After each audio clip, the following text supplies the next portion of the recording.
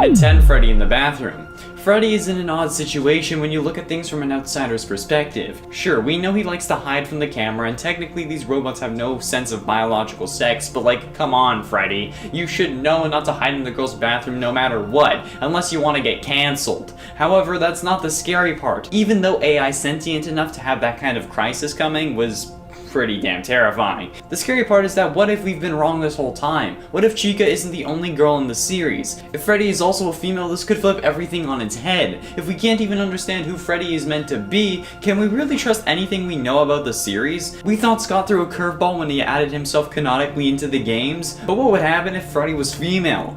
Oh boy, I'm having an existential crisis now. And 9 scrapped features. It turns out FNAF had a whole load of features planned that were never actually implemented fully or that were changed last minute. I talked about how Freddy was only meant to jump scare you after you lost power in another video, and I talked about a few others in different FNAF lists. If you guys want a whole list on scrapped FNAF features, let me know in the comments. Is it something that people would actually want because it's something that I want to do? Or is it more so something that I do just to talk about things and change things up, because we're kind of running out of FNAF lists. If you have any ideas, let me know. When I look at these features that I want to keep hidden for the purposes of another list, if you want it at least, I can only imagine how different the game would be if they had added these things like alarms for every hour, or animatronics coming down other hallways. It would have changed the game and potentially made it worse for wear. Number 8, Aftons Flesh. In Five Nights at Freddy's 3, we were introduced to the character known as Springtrap, the golden spring-locked bodysuit with William Afton barely clinging to life inside. He has been poked and prodded more than people who claim to have been abducted by aliens, and while he is still alive, it appears as if he's just been rotting away, or hell, even just gotten his skin torn off when the spring lock's activated, resulting in him getting spiked in multiple places, but still somehow surviving. In some of the scenes/menus we can get in Five Nights 3, we can actually see that this is the case,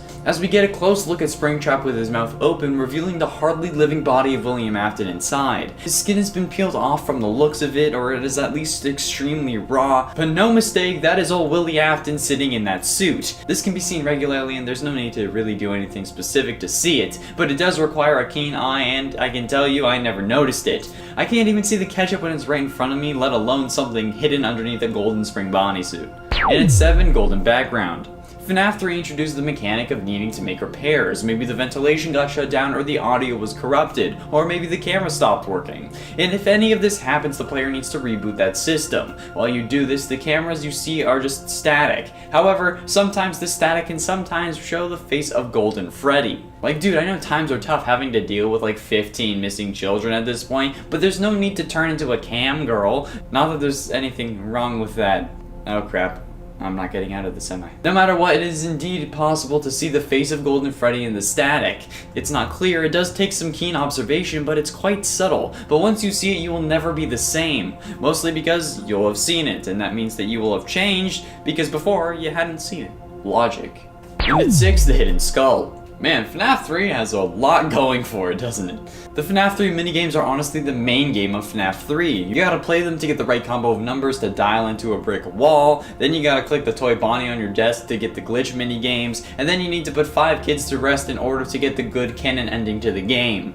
However, if you really pay attention during the free roam minigames, if you head to the supply closet, somewhere I don't believe that Shadow Freddy brings you, you can see the same supply room from the first game. However, going off script doesn't help you just to see a nostalgic location. Actually, it can reveal something even more sinister in the form of a child's skull on the shelf in the background. Yeah, in a series all about missing children, we get one of their skulls right behind us as we head up to be dismantled by the purple guy. I mean, I guess we're the dead child in this scenario, because we've already possessed the animatronic. So does that mean that it's our skull, and that's why we don't pay attention to it? Or is it because we were killed, so we know it would be there? Halfway through at number 5, nicknames. The news clippings at the end of the FNAF games always focus on one article. The place getting shut down, the place reopening, the place burning down, and in the first 2 FNAF games, the stories on the outside weren't actual articles. It was just some random text meant to fill up the space. It's commonly referred to as lorem ipsum, at least it was when I was in school. However, in FNAF 3, Scott decided to include some of the story of him creating the games for the fans with the more powerful glasses in the world.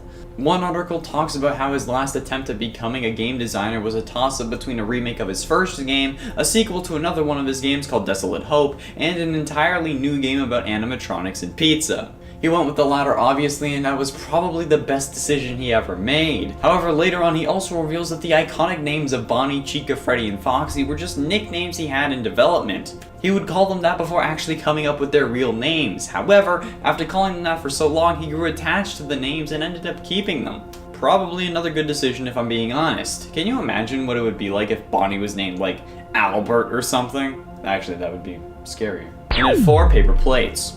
Let's take a break from FNAF 3. In FNAF 2, on one of the cams, you can see 3 paper plate crafts that resemble the 3 main animatronics. Sometimes, though, they can take on a mind of their own. At least the Vani one does. It can sometimes not appear on the camera view and then just later appear in your office. How did it get there? Who placed it there? Was it an animatronic? If it was, why didn't they attack us? Was it a phantom animatronic? Can they even do that? Is this plate animatronic possessed? Was a kid stuffed into the paper plate bag? Like, I know this is a horror game, but like, come on! Nobody else is working there at the time, and so how the hell did this thing move? Oh, and also it could have happened in FNAF 3 too. It was a short one, but it was a break nonetheless. Getting close to the end, and at number 3, family portrait. Family is everything to a lot of people, and while Scott was stuck in a job he didn't prefer and kept failing at making it in the career he really wanted, I can't speak for him personally, but I'm sure his family was helping him get through it. His wife and kids I'm sure are one of, if not the reason he woke up in the morning, so in honor of them and to get some more assets for the game, he used their images wherever he could. Particularly in FNAF 4's hallway, all the pictures on the wall are Scott and his family, and in Ultimate Custom Night, the face of the one you should not have killed is a picture of his son with the contrast cranked to the max. Family is so important, and Scott both honored them and immortalized them in his games by incorporating their family pictures into them, which is so sweet and honestly touching. Something that you don't expect to get from a FNAF game. Man, if only he treated Matpat like that. And ultimately, at number 2, living proof. Let's take another break from FNAF 3.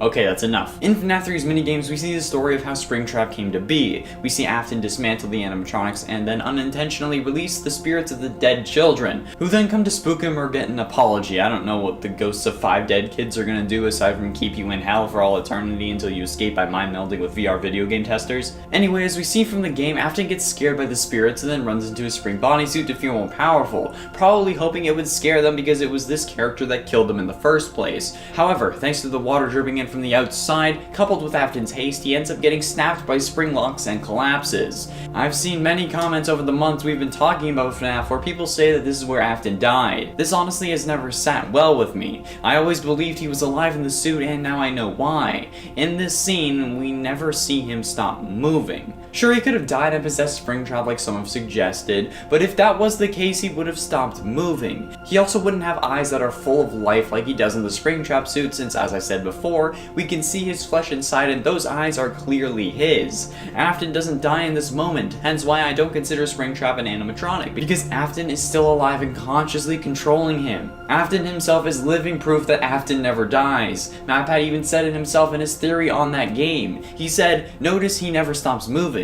That's because he isn't dead. He only dies in Pizzeria Simulator after being lured back by Henry and being set ablaze, damning him to hell. Finally, in number 1, Butterfingers. On the main stage in FNAF 1, we see 3 animatronics, Freddy, Bonnie, and Chica. When we leave the camera or decides to cut out for a moment, we can see Bonnie leave, and then Chica, and then Freddy doesn't leave until like night 4 or something, right? Well, as the animatronics leave the main stage, they drop their iconic item. Bonnie loses his guitar, Freddy loses his microphone, and Chica loses her cupcake. Why? Where did they go? Do they just leave them on the stage? Did it make it more intimidating? I need answers, Scott.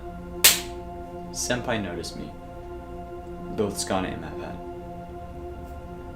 In at 10, Freddy, the red-nosed jump scare. In FNAF VR, it is actually possible to be jump scared by a random animatronic that you can't see coming while you're in the main room that you started in the Pizza Party minigame. It appears to be a version of Freddy with glowing red bottom teeth and what look like nostrils to me, but most people are saying eyes. But like glowing in the Photoshop sense, like they only have their outline glowing instead of being bright white on the inside and then glowing outward. It's like when you add a glow to the outside of something. If you have no idea what I'm talking about, just trust me, I literally went to school for Photoshop. And I make most of the gaming thumbnails. Recently I've been making like all of them, so yeah. I don't know what animatronic this is meant to be, but based on the teeth, it isn't Freddy because he has individual teeth. And it can't be Chica because the mouth shape isn't right, and the nostrils. It's not Bonnie or Foxy either. I really don't know who this could be, but now that I think about it, those are probably eyes. I just like the idea of big gaping nostrils, just like jump scaring you. And at 9, FNAF 3 Puppet. While we all know the puppet for being present in FNAF 2 and also appearing as Hallucinations or a minigame character in FNAF 3, you can actually spawn him on the camera. While sometimes you can see the reflection of the puppet's legs in one of the cameras, you can also see what looks to be actual puppet parts in Cam 8 in FNAF 3. While sometimes in that same camera you can hallucinate the puppet, if you look just beside the camera 9's box, you can see something that looks to be a mask, with streaks coming out of the eyes and a mouth just below. This could be the puppet, or just a coincidence. Or maybe it's something else that nobody has really cared enough to look into. I think it's the puppet personally. Maybe not a working puppet, but a puppet figure nonetheless. And it ate chewing gum. Chewing gum recently became a big thing in the FNAF series, only to serve as justification as to the links between two characters. But either way, it's still canon that Michael Afton loves to chew gum. So much so that he actually writes about it in the survival logbook and says that he wants to knock the bad habit. Yeah, it was never demonstrated in the games, and was kind of dismissed in the survival logbook until the latest Fazbear Frights book was released, called Step Closer.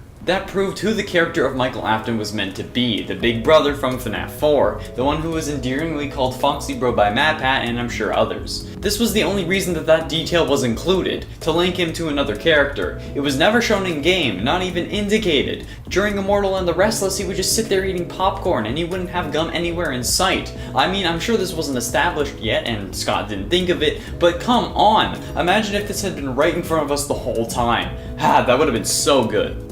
Scott, update sister location. And it's 7, Realistic Baby. Continuing on about the books and their connections to the games, Baby could very well be a realistic version of Henry's dead daughter Charlotte who goes on to possess the puppet. Which would totally be weird because Baby was also possessed by Elizabeth Afton. In the final FNAF novel, The Fourth Closet, which is the final novel, the rest are collections of short stories, it's revealed that the main character of Charlie is the last in a series of robots meant to recreate Henry's daughter who was killed at the age of 3. This character is also revealed to be the baby animatronic that can switch between looking hyper-realistic, like a normal human, to the normal circus baby we all know and love, with the use of small pins with balls on the ends. And what do we see the circus baby model in the FNAF games? Small pins with balls on the ends. This is something incredibly interesting and revolutionary to the story of the games, but not in like a lore-breaking kind of way. It just shows that Baby could look like whoever she wanted to be, and perhaps that's why she led Ennard. But after she couldn't do it anymore because she lost the pins, she was kicked out. I don't know, it's just a theory. A circus baby theory! I blew out the mic. And at 6, Grandfather Clock. Every FNAF game until Sister Location, you needed to survive until 6 AM. Doing so would have you complete the night and move on to the next one. However, when you complete a night and make it to 6 AM, you get notified by a grandfather clock. Obviously, most of us were just so relieved to survive that we didn't pay attention to it, but looking back, why would an alarm at the end of our shift be a grandfather clock? It could be perhaps because everything is just a dream, or maybe we have a custom alarm tone on our phone. I know you can customize ringtones on phones, so perhaps that's why. I mean, you could argue that these games take place before cell phones were common, especially smartphones, but FNAF 3 would for sure take place in an era where phones were common. And Fazbear Entertainment has always been established as a company with technology far beyond its time, so perhaps we can say the same thing for this whole universe. You know, the universe of FNAF has a whole bunch of high-tech tech earlier than it's supposed to. Halfway through at number 5, you won't get tired, will you? In Ultimate Custom Night, the 7th FNAF game, there are a whole bunch of voiced lines that play after you die, depending on the character that killed you. You can get a range from long-winded stories dedicated to Matpat, to lines basically damning you and criticizing you for killing a baker's dozen of kids. Rightfully so, but for me, they're all brave. However, there is one line that would stick out to those who played FNAF World, at least through Update 1.2 when Foxy Fighters got added, where Toy Chica said, "You won't get tired of my voice, will you?" Well, it depends. If you keep talking like that, yes. If you take off your beak, also yes. Oh wait, I guess it doesn't really depend. In Ultimate Custom Night, if Toy Chica kills you, you can potentially hear her say, "You won't get tired of dying, will you?" Which is both a reference and serves as indication that we're trapped here and we'll keep dying over and over again. Fun. If Toy Chica is there, I don't know if it's hell or heaven. No, it's definitely hell. I'm not Eddie. Hey, mommy. And at 4, a child.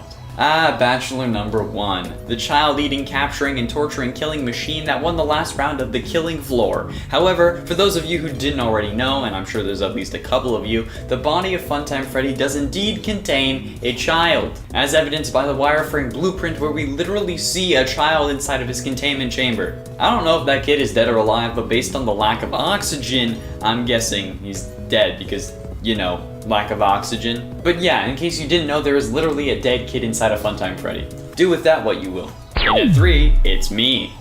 Hey, look, I rhymed. There is one FNAF VR Easter egg that we haven't found yet, but there is also a FNAF VR Easter egg that very few have found. The one only a few have found is the It's Me Easter egg from the Curse of Dreadbear DLC, where if you manage to get 3 clown posters in the Victory Barn and then hit them all with a dart, the barn flips into blacklight rave mode and the banner switches from saying "You win" to "It's me" in reference to Golden Freddy. We don't know what this could mean. Hell, it could mean that we're still playing as Michael Aftons somehow. But it's also weird because currently Golden Freddy is down in hell with William, torturing him for eternity, so it's unclear as to why this is possible, but it happened nonetheless. At least if we can believe the few videos that are out there. You say Donko found it, but I've seen no video, okay? So, pics or it didn't happen. I need to go back live stream searching for this, though. Like, I need to know if it's true. Based on my own experiences. You know, that's the only way we can really know, right? And ultimately, in at number 2, Help Wanted.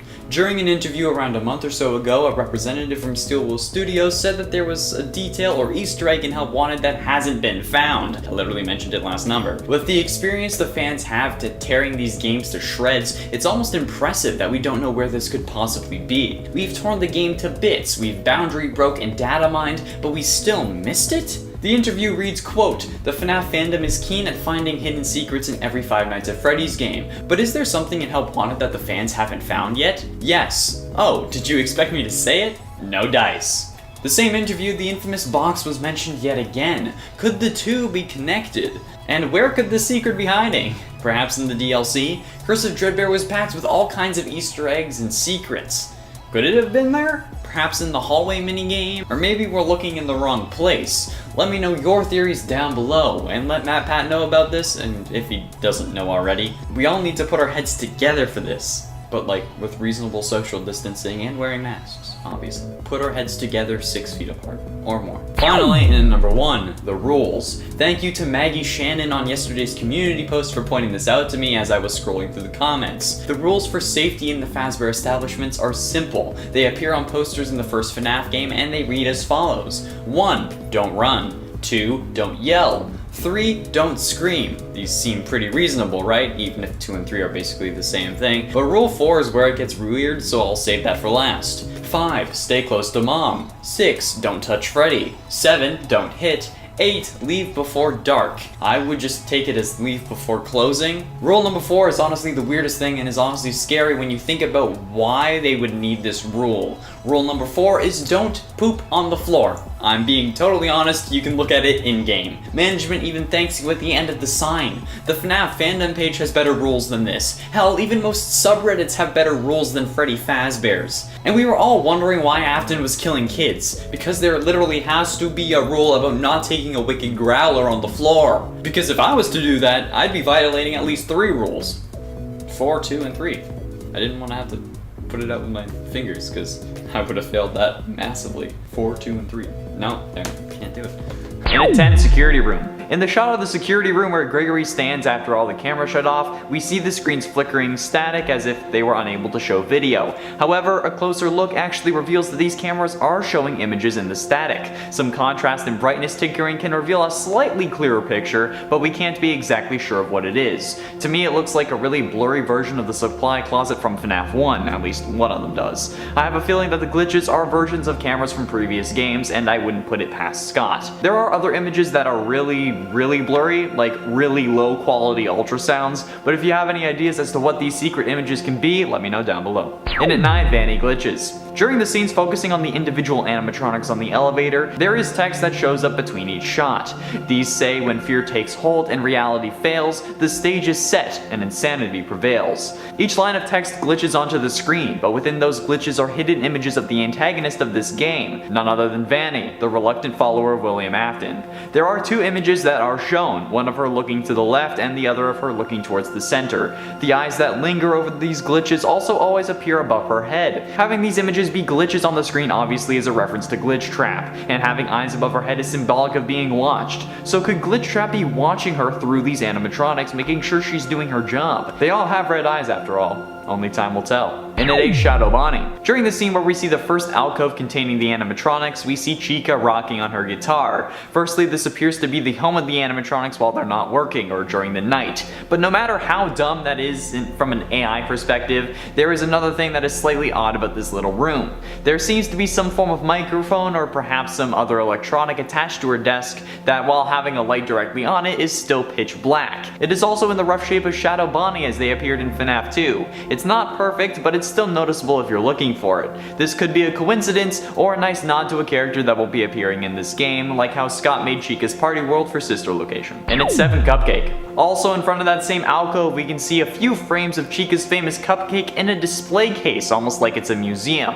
or perhaps a memoriam to the old design of Chica that they had to abandon for this establishment, or because the fans love the cupcake and would be furious if it wasn't here in some capacity. There looks to be a plaque on the front of the display as well, indicating that maybe it's a bit of a showcase for the cupcakes and perhaps its history with the character of Chica. Maybe the Fazbear Entertainment Company is trying to push sugary foods less, or maybe they just want to get rid of the cupcake since it was involved with a version of Chica that was possessed by the soul of a child after Afton offered them more pizza. Maybe this whole area is dedicated to ensuring the reign of Afton never comes back. Good luck with that. Someone didn't listen to him when he says he always comes back, and obviously someone didn't look at the final shot of that trailer. And at 6, the eyes. There is a scene where we are running through maybe what can be thought of as a maintenance tunnel probably below the Pizzaplex. We don't know if anything is chasing us, but we can guess so since this shows over the line they won't stop hunting you, none of them will stop hunting you, suggesting that we are in fact being chased. Now at the very beginning of the scene to the left of the screen, on the very edge we see some lights. However, as our character runs, the fence or railing beside us cuts that light into 2 separate dots, very reminiscent of the eyes of good old Golden Freddy, the one who will not rest torturing Afton's soul in hell. While this may just be a coincidence, we know Scott doesn't do that sort of thing. There were probably multiple shots of this scene and he would have chosen this one because of that tiny detail. That may have been a mistake, but now I can't unsee it. Halfway through at number 5, design change. This is something I didn't notice until I went into the comments of that trailer. In the summer of 2020, Funko leaked the designs of the action figures for Security Breach, thus leaking the designs of the animatronics. People were pissed about this, obviously, since Scott had specifically told Funko not to release anything. What is it with Funko and leaks? Anyway, the designs of the characters from the gameplay trailer are actually slightly different to those of the action figures that were released. This is most notable on Roxanne's clothes, where Scott moved the black star shapes, and on Monty's guitar, where he removed or made the black stripes smaller. At least from what I can see. Chica's guitar is also a lighter blue and mostly white, as opposed to white and a darker blue from the original action figure. And the animatronics in the trailer are properly proportioned. The action figure heads just weird me out. Like, the pop figures are fine because it's meant to be that way, it makes sense, but the action figures, it's weird. And at 4, Balloras Theme. Over the footage of us being shown the individual animatronics of Chica, Roxanne, and Monty, we hear some music that would potentially be triggering to fans who played Sister Location. Here's the clip.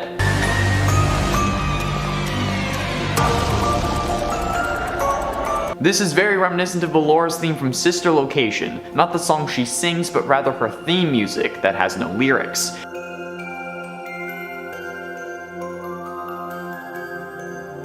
This is more of a remix version of the song instead of the original, but it could be a hint at something much more. Like Vani says at the end of the trailer, there is more going on here than you realize. It then cuts to something else, and that makes us think that that's what's going on, that's more, but we realize that. So what if this truly means this could be in the introduction of William Afton's wife? Ballora is used as an allegory for his wife, not being possessed, Ballora isn't possessed, but just as a mother figure to the mini-Renas and even kind of Baby if you look at it that way. And if you do, the connection only grows since Baby is possessed by Elizabeth Afton, William's daughter, or was. We don't know what happened to his wife, she has no official name. Some think she died naturally and that drove him to killing, some think William killed her, others think she ran away after learning about what William does. Maybe we will learn more about her in this game. Maybe she is indeed the security guard. Maybe her name is Vanessa.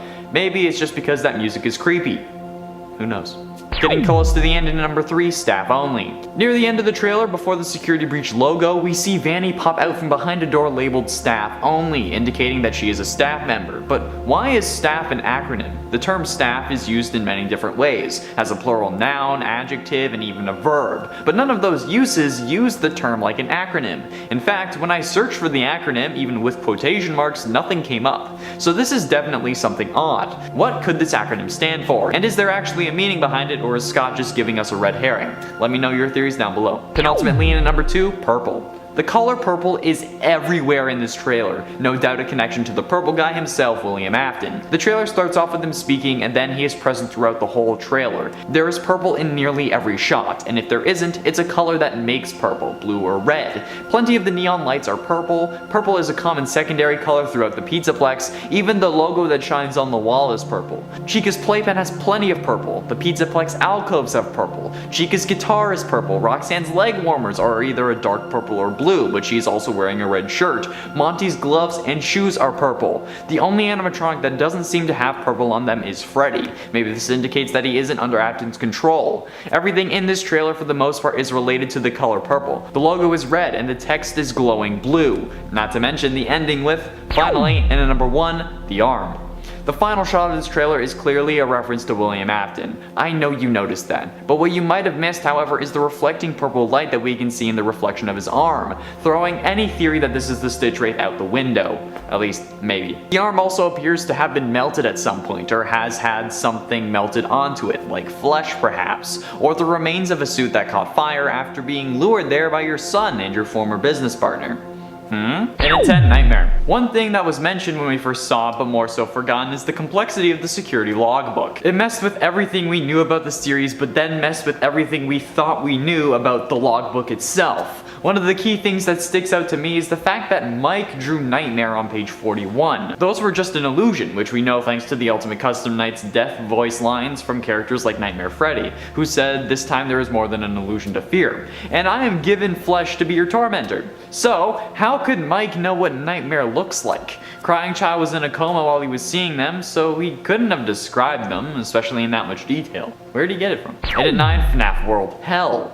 FNAF World is a game I'm sure we'd all like to forget. However, what I'm seeing again and again is the importance of this game from a lore standpoint, both from the Helpy Facts lists as well as this one. From the Helpy Facts list, Helpy looks very similar to the style of the characters from FNAF World, and I propose that he could be a crossover character, linking the two games together in an unexpected way as an example of how you can escape a game world. But now I've seen that the characters of Tangle, White Rabbit, and Bounce Pot can all appear in Ultimate Custom Night, in motion using their battle animations. This not only links the game to the main FNAF canon, but also shows that William's idea of entering a video game and escaping from one came from FNAF World, a game that revolves around a game affecting the real world. And it ain't blood on the cover. The security logbook is a real point of contention for the series. Whatever, I'm not talking about what's inside the book content-wise. I'm talking about how there are literal pages covered or splattered with blood, and the restaurant just gave it to you as if nothing was wrong. What the hell happened to cause blood to get all over this thing? And thanks to the finish on the blood on the cover, at least the hardcover version, it's shiny, meaning it must be new. And I'm prone to nosebleeds, but I know that that is not a nosebleed. You don't lose that much blood. Well, unless you're me, but that's because I have veins that poke out of my nose, okay? I had to get the cauterized in elementary school, which means I had to get like 20 small burns on my nose in each side, okay? It was a mess. But not even that would generate this much blood. So why is it covered in blood? We see coffee stains, that makes sense, but blood? And why are they only mentioning that someone else wrote in the book, not bled all over it? That's not sanitary. And at 7, Payoff. There has been a lot of crap that goes down in these restaurants. Missing kids, murder, animatronics that they felt needed access to a crime database to scan everyone that comes into the restaurant that ended up failing. But even after all of this, No lawsuits or anything? We saw papers talking about the missing children's incident, but nothing about lawsuits. The company shut down to downsize, but we've seen no evidence of a lawsuit or arrests. Sure, they had an investigation, but not a good one when there was obvious dead body stench coming from the animatronics. I don't care how sweaty and gross these kids and this pizza is, nothing would make it smell that bad normally. This to me indicates some form of a payoff at the very least, like maybe William has the police in his pocket, or a deal with someone saying that if he finds the key to living forever, that he shares it and he gets away. There has to be something more here. If I was a parent, I wouldn't stop until my kid had found justice. Like, where did these 15 kids' parents go? In its 6th performance. It has been stated before that the voice actor for William Afton, PJ Hayward, based his performance for the character off of Anthony Hopkins' version of Hannibal Lecter in Silence of the Lambs, who, if you didn't know, is a cold-blooded cannibal serial killer in the movie. So bad that he's behind a full glass wall instead of bars, so he won't bite your face off. What if this is for more reasons than just being creepy? I mean, no body, no crime, right? If William was eating the kids his robots were trapping, it could cause them enough agony to create more remnant, and more remnant means more studying for the mad scientist, and one step closer to the answer to immortality. He didn't take killing kids off the table, something that most people in prison will even kill you for if that's why you're thrown in the slammer,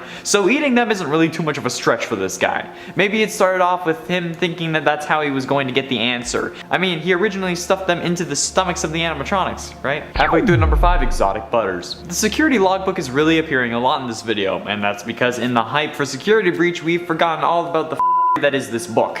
Not only does Mike draw Nightmare in the book, a representation of Crying Child's death, he also draws things connecting him to other games, like exotic butters and baskets of money from Sister Location, or a gravestone seemingly similar to the ones from FNAF 6's gravestone ending, or the casual bongos from Sister Location, and a Freddy Fazbear logo with blood surrounding Freddy's mouth, like how Crying Child got chomped, or spooky animatronics and ghost sheets, which could be a reference to the missing children's incident from the first game, since FNAF VR's Curse of Dreadbear DLC wasn't out yet. And this is ironically on the same page as the maze, like the corn maze from that game. And why is there a picture of mangled up Chica on the very last page of this book? So many damn questions that we just forgot about thanks to the new game. It's exactly what he wanted. And at 4, Nightmare voice line. In Ultimate Custom Night, you can fight off Nightmare, and his voice lines when he kills you can really prove what we've all been thinking. Well, most of us. Or some of us. I don't really know the ratio to Wilhelm versus Micatory believers in the comments. Nightmare's voice lines include, "You will not be spared, you will not be saved," indicating that someone has been spared or saved before. But from what? Well, this next line tells us, "I am your wickedness made of flesh." And who out of Mike and William is wicked? William, the killer of the series. His wickedness is killing, therefore Nightmare would be William's desire to kill personified. He also says, "The shadow fears me," and until this point I didn't know if he meant death or William himself. However, I think that this proves he means William, since the purple guy is the shadow of a man. William either fears his own desire to kill, or he fears the fact that it took his children from him, both Elizabeth and Crying Child. And to further prove this is William, Nightmare says, "I am here to claim what is left of you," since he was burnt to a crisp in FNAF 6's fire. So there isn't really much left, just like how his wickedness came to claim Crying Child. And at 3, debunked. On April 1st of the year or the year after it was released, Scott added Nightmare Freddy, Foxy, and Phone Guide to Ultimate Custom Night. Each of their mechanics was based on a debunked FNAF theory. Most interestingly, Nightmare Freddy's mechanics were based off of Dream Theory, proving that these games are actually happening and it's not a dream, which makes everything more complicated because now, God, we have to figure this out properly, and you can't just go around saying it was all a dream. Anyway, the Dream Theory along with Foxy being helpful and the Phone Guy being Purple Guy were all confirmed 100% false at this point, resulting in a whole lot more issues for the series, because I can't just say that it was all a dream. Even if I wasn't doing it before, now I can't do it ever. Only FNAF 4 was a dream. It was like a coma dream. Great. And at 2, hallucinations. Some believe that there are 2 spirits possessing the security logbook, and that one of them is Crying Child. But I believe that these altered texts aren't another spirit, since it wouldn't make much sense for the 2 spirits to communicate in different ways, one using faded text and the other one altering what was already in the book, which seems very difficult to me.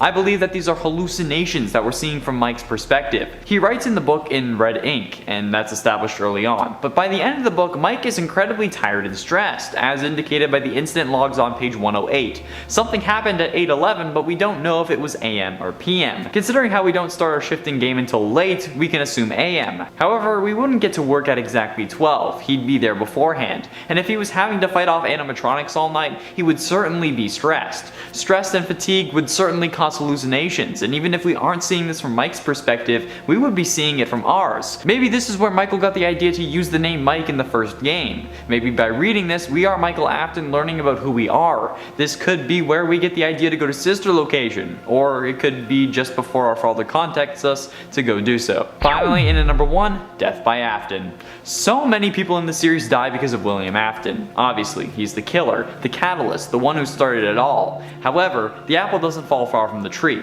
Well, at least when she's possessed a robot. Remember FNAF World's original ending, the introduction of Baby? Well, she ended up killing Henry, the man who's sitting at the desk. We know this is Henry because, well, he says he made Baby and can't deactivate her, but he ended up getting killed. William wasn't dead at this point, and Henry was the only other one who could have helped in the creation of Baby. He did so not knowing what William was planning, I'm sure, but then Baby kills him. Now, Circus Baby's Pizza World was shut down after one day because of what it did to Elizabeth, so this would most likely take place after that, meaning that Elizabeth was inside Baby when she killed Henry. Elizabeth Afton, the sweet little girl who got too close to Baby, took Henry's life.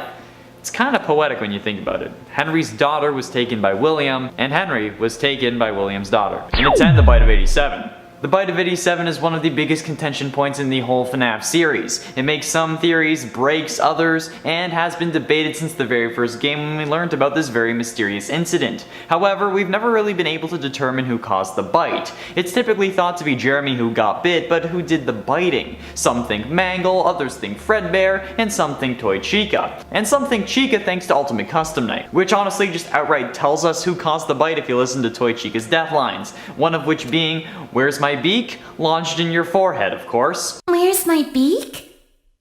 Lodged in your forehead, of course. Which is where the frontal lobe is located, which is the part of the brain removed in the Bite of 87. This could also allude to Scott's clue on Matpat's FNAF livestream that said why would Toy Chica be missing her beak? And it would be because she caused the Bite of 87, and without the beak, she couldn't hurt anyone else. Like how I keep saying my pug can't really hurt anyone because he can't fit his flat mouth around you unless you willingly like give him a finger or something.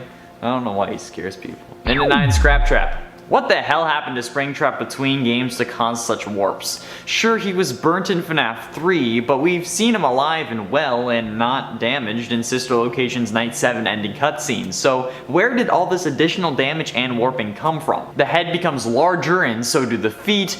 I genuinely don't know how this would make sense. We know they're the same person thanks to Ultimate Custom Night's voice lines, but I'm so confused as to what could have happened. I'm sure the extra damage comes from fending off wild animals, since you know, he's a body that would attract scavengers, but how did the head of the suit get bigger? It's not like it evolved. My only guess is that William either broke into some Fazbear warehouse, like the one he visits in the Man in Room 1280, or he made a new one to try to protect him better, since we see extensive damage, and I don't really know how much time there is between Sister Location and Pizzeria Simulator, so like, he could have been out there for a while. And it ain't Ballora. FNAF Ultimate Custom Night really has a lot of lore hints and clues for us, so it will be appearing a lot on this list and in other lists in the future, I'm sure. I'm just now starting to understand the importance of this game for all of FNAF lore. One of these clues, however, is one of Ballora's death lines from Ultimate Custom Night. After killing you, Ballora will on occasion say, "These are strange circumstances that have brought us together." These are strange circumstances that have brought us together. And I'm sorry, but based on her other lines, I don't think she's just talking about how they're in hell or in purgatory. I think that this is about how they met. Well, how William and the woman that Ballora represents met. In a previous video, I theorized that maybe Vlad and Clara from Immortal and the Restless perhaps represent William and Henry's wife. A scandalous affair that drove him into killing Charlotte so that he could be with her, since she would have no ties to Henry anymore. But I wasn't sure of it. But honestly, those would be strange circumstances that could have brought them together. I mean, maybe he didn't kill Charlotte to be with her, but killing Charlotte drove her away from Henry into the arms of another man. Williams, perhaps. I mean, she asks, "Why do you hide inside your walls?" Maybe she's talking to Henry and not William. And it's 7, Stranger Danger. Ultimate Custom Night has some funny lines and moments. Comedy gold in the form of Mr. Hippo's death lines, or rather speeches about Lemonade, and Happy Frog and her ninja skills. However, one of the most iconic and funny lines has to come from Ned Bear. I don't know why these animatronics go so hard in this game, but whatever. Not only does he joke about being killed by obscure secondary characters, but he also just yells stranger danger. Stranger danger! I think it's funny and a nice detail because, well, that's the one line that could have saved countless lives. But instead, the kids followed Golden Bonnie to the back room for more pizza, and instead of getting stuffed crust, they got stuffed into a suit. Literally, stranger danger would have saved their little lives, but they didn't listen to their parents. It's a shame, really, and it's kind of nuts of me to think that this is funny, but I mean, it is. Ned Bear is the only one thinking straight in this world, and I am here for it. I stan Ned Bear. Ned's Declassified Pizzeria Survival Guide. Scott, get the rights and make it a thing. And at 6, the one you should not have added. Scott has added a whole load of characters into the series, so much so that there are too many characters for my taste in Ultimate Custom Night. But some of the characters he's added are a little too familiar for him, and it could have lore implications that we don't know about yet. Firstly, Scott added himself into FNAF lore. Sure, it's not him, it's not Scott Cawthon, but he is the face of the indie game developer that made some games about the tragedies in the FNAF world. He used a picture of himself when he could have used anyone, hell, a stock photo, or even nobody. Then we have Cassidy, the one you should not have killed. This one is Scott's son, as confirmed by Scott himself in either a Reddit or Steam post, I don't quite remember which, meaning that Scott's son, in-universe, is dead. Yikes. And he also added the rest of his family, just subtly, since all the FNAF 4 pictures of family or kids that are visible in the hallways are of his family, since you didn't have to pay for any stock images or anything, as confirmed by Scott in the same post I referred to earlier, addressing the one you should not have killed. The one you should not have added, since now they're technically dead. Get it now? Halfway through number 5, final moments. Something seems off to me about this game. Why would William be tortured in hell by a version of himself? That version of course being Scrap Trap. And I think it's an issue that multiple people have, and why the whole mic trap thing is so popular. Well, this is probably William's life just flashing before his eyes. Every animatronic in this game William has had something to do with. He was there in FNAF 6, he was Scrap Trap, he created the animatronics and the sister location animatronics, he caused the nightmare animatronics to be created in the mind of Crying Child. This is basically his whole life flashing before his eyes, but not in order, all at once. Torturing him for his misdeeds and the horrible things he's done. Maybe he regrets it and that's why he shows up as well. Or maybe he only regrets losing his children. Hence why all his version says is I always come back, since he hopes his children could do the same, or wishes they could. And at 4, Wake Up. Nightmarion, or Nightmarionette, whatever you want to call it, is one of the scariest animatronics there is. Added in the Halloween DLC for FNAF 4, Scott deemed him not canon, but he's still here in Ultimate Custom Night, saying I am the dark reflection of what you have created. I am the fearful reflection of what you have created. The puppet, since William killed Charlotte, who ended up possessing it. But that's not the line I wanted to focus on, we knew that already. What I wanted to acknowledge was the line, "This is a nightmare you won't wake from." This is a nightmare that you won't wake from. This is a subtle way of saying that someone woke up from the nightmare before. Like someone may have woken up before, but this is a nightmare you won't wake from. Who would have woken up, you ask? Who else was the only other person to see the nightmare animatronics? Crying Child. Oh wait, same thing. This line also helps prove my point. Crying Child somehow survived or was saved from death, like Nightmare also seems to hint towards, but we heard a flatline at the end of FNAF 4. That's because he was removed from the machine, not because he had died. I'm telling you, it's a thing. Getting close to the end into number 3, FNAF Multiverse. The FNAF Multiverse is already a thing. The original novels are their own universe, despite sharing characters and plot points. The Fazbear Frights books are their own universe, even though they help answer other questions that we've had, like Scott said himself when he announced the original 5, and the games are their own universe. But what if the games themselves are multiple universes? There are so many points that conflict with themselves when trying to establish a timeline. Matpat decided to put emphasis on the events that were mentioned later in the timeline, but what if they conflict because they're not the same Earth? I mean, we have the FNAF game Multiverse thanks to the Fazbear Fanverse initiative Scott started, funding some installments in new fan games and helping them with marketing, retail, and merch. So why not have the games or the events of the games that don't help the timeline take place in another universe? I mean, it would screw up a load of stuff, but it could help explain a load of stuff too.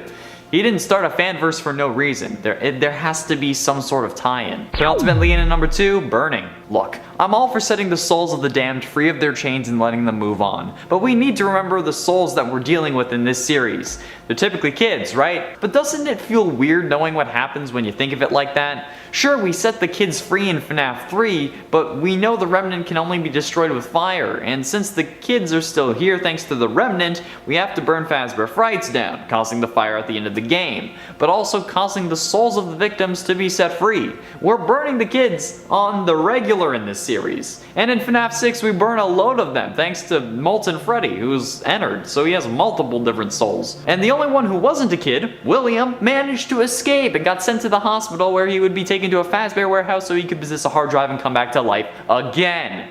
It's nuts, man. I don't understand why so many kids have to suffer in this series. Scott must not be good with discipline. Or he uses what happens in these games as discipline. Attaboy, Scott. Strike fear into their hearts. That's what my dad did. Finally, in at number 1, the real protagonist. Orville the Elephant in Ultimate Custom Night is one of the animatronics that's really memeable. Not as memeable as his counterparts perhaps, but he does give us a lot of information if you're paying attention. Take this one line from Ultimate Custom Night for example. He tried to release you, he tried to release us, but I won't let that happen. I will keep you here, I will hold you here, no matter how many times they burn us. He tried to release you.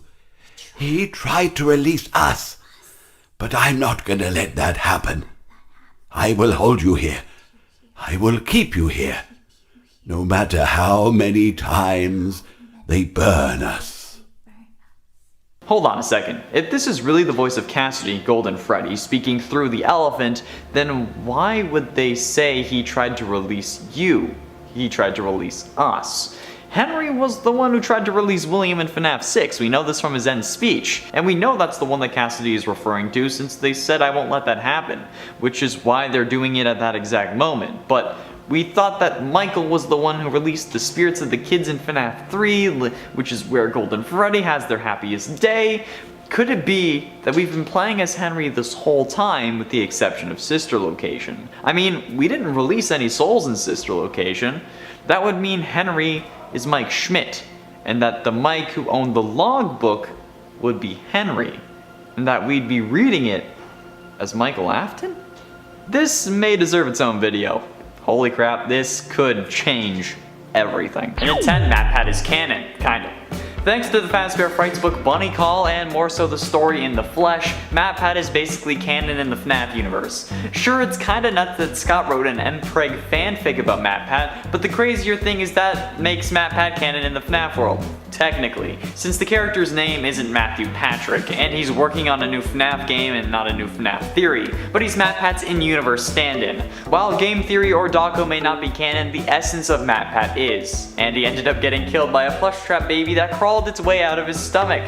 I haven't finished the story, mostly because I keep cringing so hard, but I don't understand how working on a video game turns into an animatronic crawling out of your stomach, killing you instantly. But hey, it's FNAF, and this is yet another instance of someone escaping from a game and entering the real world. However, this time it's Springtrap, which is a version of William Afton, so joy.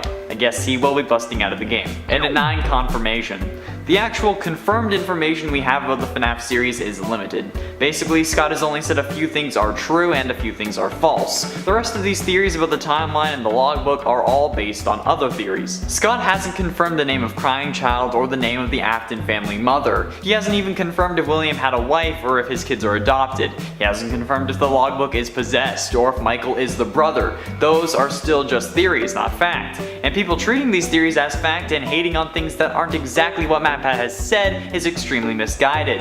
Yeah, I think you know where I'm going with this.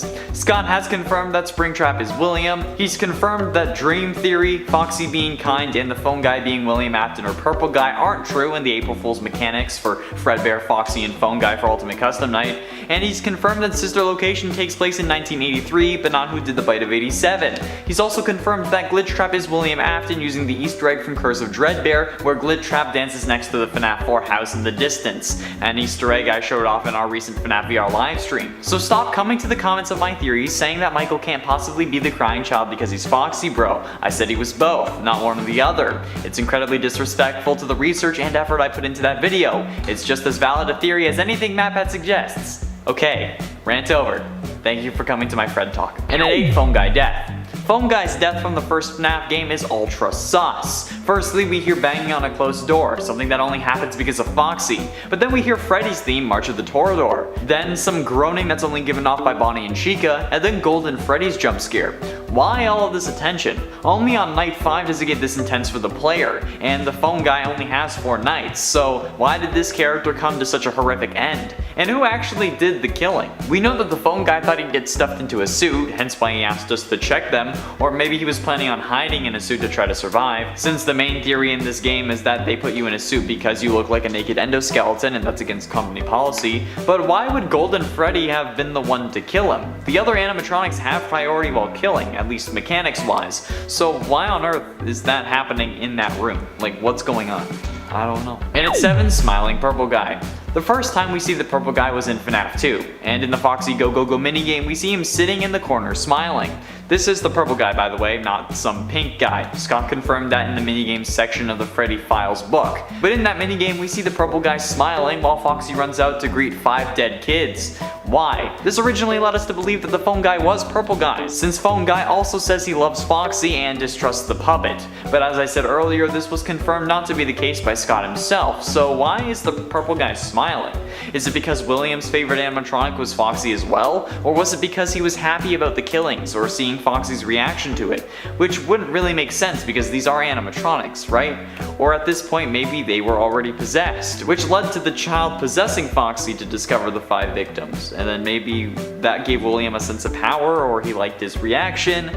I don't know. And at 6, FNAF Plus. The Fazbear Fanverse Initiative is a program created by Scott Cawthon that gives popular fan game creators the chance to have their games reach a wider audience and be backed by Scott Cawthon himself, helping them with merch, distribution, and console ports in some cases. However, one of the games in this program is FNAF Plus, a reimagining / fan remake of the first game, with new assets, new models, and coding. The trailers make it seem way more intense and scary than the original, and it has a lot of implications for this universe. First off, it's not the same Freddy's we know, but since games like Five Nights at Candy's have connections to the FNAF restaurant, they appear to need to have one to fill that story. So this is kinda pushing them away from the main FNAF canon. But it also has implications with one of the other games, Joy of Creation's Ignited Collection, since in Joy of Creation you play as Scott Cawthon, or the creator of the FNAF series, who's on the run from the animatronics. Which makes me think that maybe this is the universe that Help Wanted was referring to when they said a rogue indie game dev created games to make fun of the situation. Maybe the Fazbear Fanverse Initiative games are those games, and this is the aftermath of the series ending? Halfway through and at number 5, Multiverse. This also basically canonically inserts a FNAF Multiverse into the franchise, which was already the case thanks to the several book series, but also opens the door to various other timelines. Like, what if what we've been seeing isn't one timeline, but multiple? And this means that, technically, every single FNAF theory has been correct in one universe. In one universe, Phone Guy is Purple Guy. In another, Scott Cawthon is the name of the indie game developer. In one universe, I am guaranteed to be right with my theories, but that also means that every single person, no matter how outlandish the theory is, will be right at some point in one of the FNAF universes. And that's pretty cool, but also freaky. What if it's revealed that from FNAF 2 to now, all the games took place in the Fanverse, since Freddy from FNAF 2, not Toy Freddy, but like normal Freddy, I guess normal, and the FNAF Plus Freddy look fairly similar. Uh-oh, I can feel the hate comments coming. And at 4, Hanging Scientists. The sister location hanging scientists weren't there before they were revealed to us. It's meant to show us that Ennard is able to and willing to kill anything getting in his way. But that means that there were other people working there while we were there during sister location. I don't know why though, since it was literally filled with deadly animatronics. And the only reason we were sent there was to put her back together, like William had somehow asked us to do. But like, why were there others there? Was the business still running? Is that what Chicas Party World was?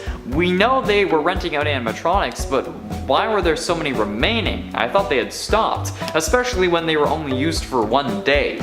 Like, I mean, we know why Baby wasn't rented, but the others? I don't know. It's weird, but I guess I'm not here to judge how someone runs their business. Getting close to the end in a number 3 8-bit canon. The 8-bit minigames are very confusing. Shout out to Tessa, one of our editors, for this idea. She edits most of the FNAF videos and apparently they make her want to play the game, so all I have to say is good luck. But she mentioned how weird these minigames are, and up until this point I did really forget about that. Having to glitch through a wall in order to give the spirit of a kid cake so that you can ultimately release all their souls in the real world to get the good ending. Like, what? That means that those 8-bit minigames have to be canon, but also real. Like, how do these games actually present themselves in real life? There's no way that we as Shadow Bonnie are just flying around breaking into pieces, or are they in their own universe and are able to cross over at will? And if we can do the same by playing these, does that mean we're dead as well? Oh wait, sorry, that works too much with my Michael is both crying child and Foxy Bro theory, so people are gonna get mad. I'll stop. Hashtag not salty. Not salty at all. And ultimately in a number 2, Forgetting Baby. One of Baby's most famous lines is, "I guess you forgot about me," which she says to William during Ultimate Custom Night. At least from my understanding it's a famous line, or an important one to say the least, since this implies a whole bunch of things right off the bat. Instantly we get confirmation that Elizabeth is William Afton's daughter, since she wouldn't be saying this to a complete stranger. I mean, I guess it was also confirmed that she was his daughter in Sister Location. When Michael said I did it, I put her back together. But like, more confirmation is always good. And as well, this proves that William just ditched his daughter. Sure, he didn't forget about her since he sent Michael to go and put her back together, but he also didn't go see her. He gets burnt in FNAF 6, but until that point he hadn't even been in the same room as his daughter. So she must be pretty pissed. Hence why she's one of his enemies while in a coma. This could also mean that he regrets not being able to see her and that he actually does care about her, since these would all be manifestations of William's subconscious. Meaning that any theory about William hating his daughter because maybe she killed the mother during childbirth or something similar are confirmed wrong, since he clearly loved her and regrets what happened and how he couldn't see her. Finally, in at number 1, Fazbear Frights connection. The Fazbear Frights books have been the foundation for a load of FNAF theories as of late, mostly because we aren't getting to see any really new security breach trailers, probably up until the game actually drops at this point, but this ended up causing a lot of division in the community, since most people don't think the books have anything to do with the games, especially in the case of the original novels. However, I'd like to direct your attention to a post made by Scott Cawthon announcing the Fazbear Frights books, where he said that the books will help solve mysteries or issues we've had in the series, so it's 100% allowed to create a theory for the story of the games based on evidence from a Fazbear Frights book. Not only that, but while the games may not be directly connected to the original novels, they are from the same brain as the games, therefore will share similarities, so it's really just ignorant to disregard those as well. I'm gonna get hate for this video anyway, so I might as well say it. Thank you for coming to my Fred Talk number 2. In at 10, a gift to Relish.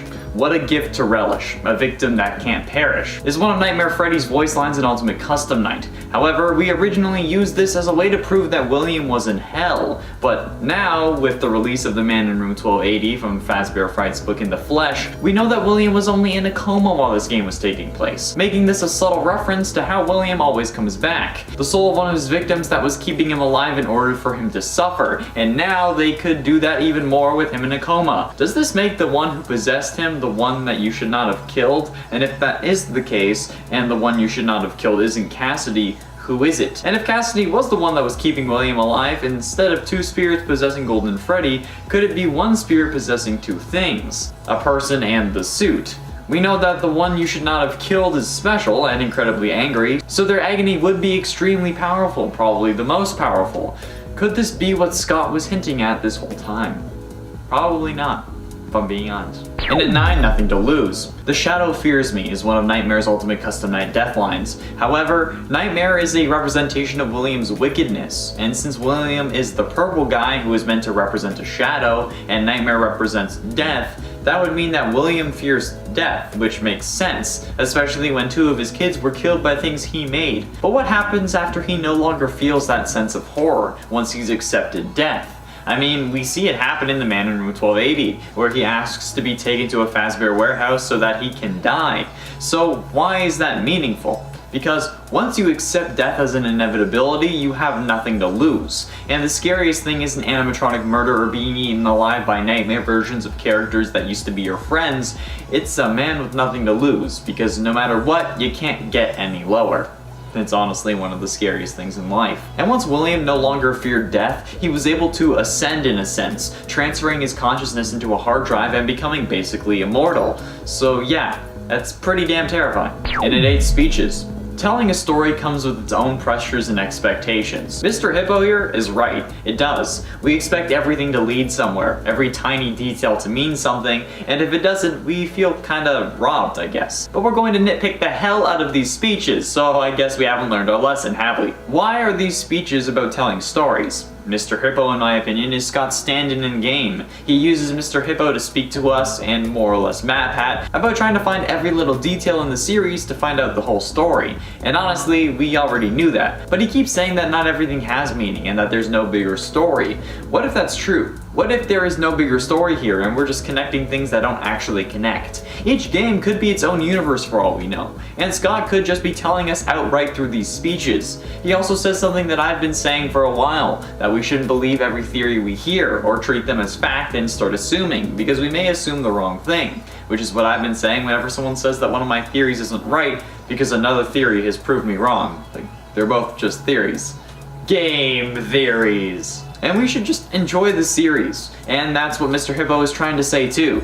Maybe Mr. Hippo is supposed to be me. And it's 7, corruption. The ultimate custom night voice lines are very useful for these lists. And while going over all of them, I noticed a distinct difference between pre and post FNAF 6 animatronics, particularly from Baby and the Puppet, since those are the only ones that were in both. Since the normal versions of both Baby and the Puppet say things like, "Seeing you powerless is like music to me," and "I guess you forgot about me." But as soon as we get to the FNAF 6 scrapped and trapped versions, we get things that are much darker, with lines like, "Time for your controlled shock," and "Let's see how many pieces I can cut you into from Scrap Baby," and "I've been looking for you, and now I will never let you go," along with "It will all be over soon" from Lefty, which is Charlotte's voice, but softer, calmer, and whispering, which makes it hella creepy. Considering how even though these kids are dead, they're still relatively positive about William's undoing, so much so that they can stay relatively positive and upbeat.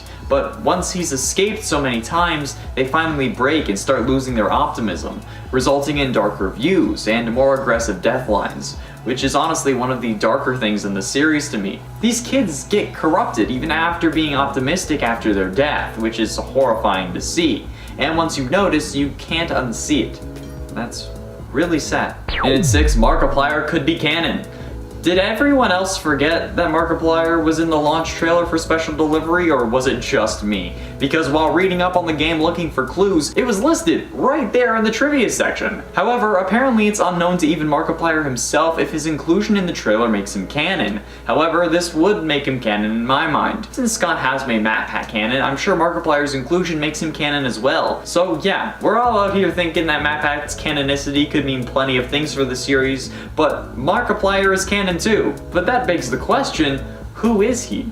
Obviously he isn't the YouTuber Markiplier since he's working for the Fazbear Entertainment Company, but he has to be someone, right? Well, this may be a wild theory, but hear me out. What if he's William Afton? The guy is wearing a suit with a red cracked tie and is frequently placed in front of blue and purple backgrounds. Not only that, but he is also the last person we see before we see the first animatronic in the trailer, Springtrap. I know that at this point in the timeline, William Afton would be dead and possessing Vani, but what if he recorded all of this beforehand? What if he had planned for all of this before the spring locking?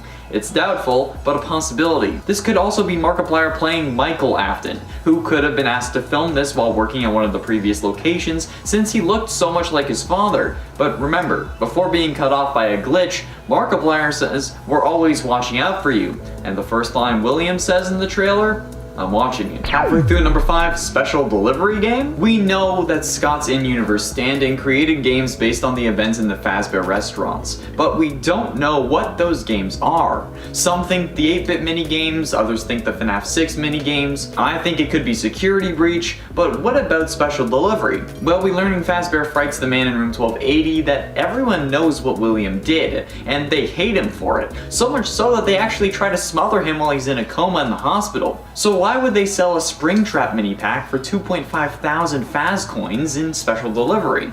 Isn't that just sensationalizing the guy that killed all those kids? Cause like, this pack gives the player a Springtrap plush suit for Endo, 3 Springtrap lures, and nobody seems to bat an eye. They even include other versions of Springtrap, like the poison one, who's purple for God's sake. So why on earth would that happen? Why would Fazbear Entertainment let that happen, especially if they were trying to rebuild their rep? If these are meant to be real animatronics going to people's houses, that's a horrible idea. However, they aren't. It's simply a game that was made by Scott Cawthon in universe, meant to sensationalize and earn money off multiple tragedies. That's pretty messed up if you ask me.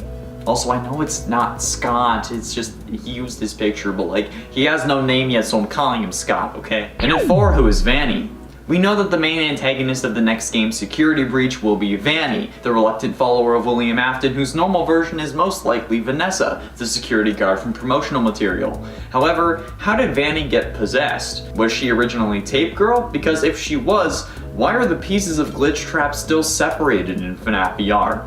In Help Wanted, we need to collect all 16 tapes in order for Glitch Trap to attack us, so we can potentially beat the game by losing to him. So if Tape Girl had already done that, or tried to at least, why are those tapes still separate? Wouldn't they still be together in the tape room? It's not like William would have made her split them up again, or even let her do that if she tried. So who does that leave? Us. We're the ones who collect the tapes, we're the ones who lose to Glitch Trap, and no matter what you identify as, you aren't yourself in that game. You're whoever is testing the game. It's not going to be you yourself. It's going to be the protagonist that Scott intended. And who is that? Vani. We are Vanessa. We get possessed, and now we need to help ourselves break free of William's control in the next game. Things are about to get messy, and I'm saying that about FNAF. So you know that this is going to be a show. It's already messy now. Oh, just you wait. And at 3, Lefty. Lefty, as we know, is an acronym for an animatronic meant to lure, encapsulate, fuse, transport, and extract the puppet and bring it to the FNAF 6 location. However, thanks to Ultimate Custom Night, we now know that there is room for more than just the puppet inside of Lefty, since when killed by Lefty, you can hear it say things like, "Shh, there is room for one more," and "come spend eternity inside with me," along with "I'm so glad I found you, now let me make some room for you," which heavily indicates that maybe Lefty was also meant to capture William if he didn't make his way back on his own, since the order of salvaging is Molten Freddy, Scrap Trap, Scrap Baby, and then Lefty. So Henry could have just sent Lefty a command to come back once he got word that William had been salvaged, since Michael would have had to let him know, as instructed in paragraph 4 of his contract. So Lefty could have been made to get both the puppet, also known as Charlotte, and William, forcing William to confront one of his first victims, and the one that started his undoing. Another one that he should not have killed, dare I say. Another one, not the actual one, chill out. Penultimately, in at number 2, Canon.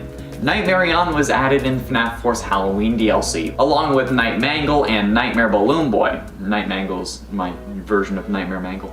However, Scott only deemed Nightmare Balloon Boy canon. The other 2 were labeled as non-canon. But if that's truly the case, why does Nightmare On show up in Ultimate Custom Night? Same thing with Nightmare Mangle. Why are these characters included in Ultimate Custom Night if they weren't meant to actually have these characters in universe? This doesn't really make sense to me, since this was a big help with Matpat determining the timeline, since we knew that in FNAF 4 Crying Child didn't know who the puppet or Mangle was yet, and because, you know, FNAF 2 location. But now they're fully canon? Or was it just that he saw them but didn't know why? And from that, this opens up so many doors and questions. Was it really Crying Child's mind that caused these hallucinations, or did William design them? If he did, why did he add stomach mouths? And why include animatronics your kid hasn't even seen yet, or may not even exist yet? Why is this a thing? Okay, how can this work with the way that we currently understand the timeline? We don't even understand the timeline. Are these characters canon, or when they were added, was it a glimpse into the future? Is this the start of the multiverse?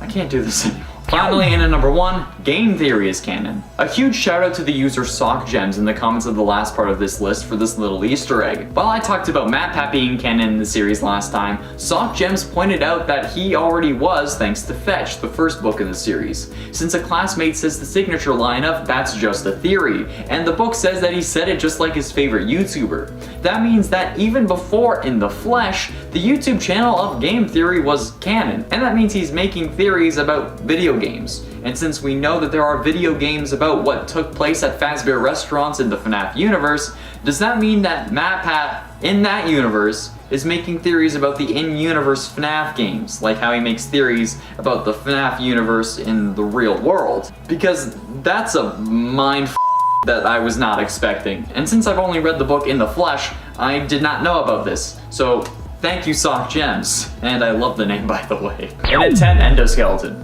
The excuse we get in the original FNAF game as to why the animatronics are attacking us is because we look like a naked endoskeleton and they want to put us in a suit because it's against company policy. First of all, why would you program animatronics in a pizzeria to try and enforce company policy, especially at night? And why would they directly come after us if that's the excuse? Like, why would they come all the way to the security room? But the main issue is, why aren't they attacking the naked endoskeleton, sometimes visible in the storage room? Vani will sometimes even go into the storeroom while the endoskeleton is in there, but nothing. Why is it that it will attack us, but not it? It's also violating company policy, isn't it? I mean, maybe because it's in the storage room it's fine, but then again, why wouldn't we make our way there because it would be safe, and why wouldn't they tell us about that?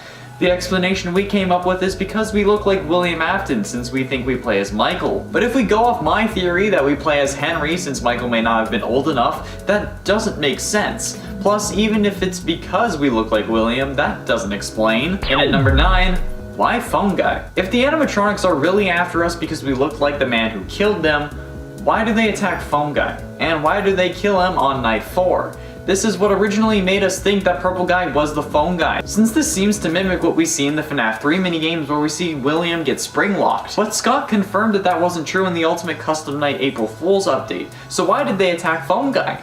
Is Phone Guy actually Michael Afton and he doesn't actually die? Or do the animatronics get some form of code update before we become the night guard so they aren't attacking because we look like an endoskeleton in an effort to avoid what happened to Phone Guy happening again? Because a lot of good that did. You went and hired someone who looked exactly like their killer. Smooth move, bro. And at 8, how did Baby get ejected? So we know that between the events of Sister Location and FNAF 6 that Baby and the rest of Ennard get into a lover's spat and then Baby gets kicked out of Ennard. But like, how does that work, really? They were all tangled together, right? So did they just remove the parts that were Baby and then kick her to the curb? Or did they just remove her soul and place it into another endoskeleton? If they did that, how did that work? Like, how did the actual process of ejecting work? It's really confusing to me because she ends up getting a whole new body and Molten Freddy is left as basically a puddle of parts, but then he grabs a Freddy face and calls it okay. Like, what the hell happened for that to work? It's so confusing and it's unexplained, it's mysterious. I know that they had a fight and I know that she got kicked out, but how did they actually physically remove her from the Ennard tribe, I guess? Scott, explain! What do you mean it's Arkansas? And at 7, Lorekeeper ending. I talked about the FNAF 2 minigames in another video or list, but what I'm really wondering now is about the FNAF 6 minigames, Fruity Maze, Security Puppet, and Midnight Motorist. These games, while not a big part of the game, are required to be beaten for the Lorekeeper ending, meaning that they would have lore significance. I mean, they obviously do, because we learn a lot from them, but how and why are these secrets hidden inside?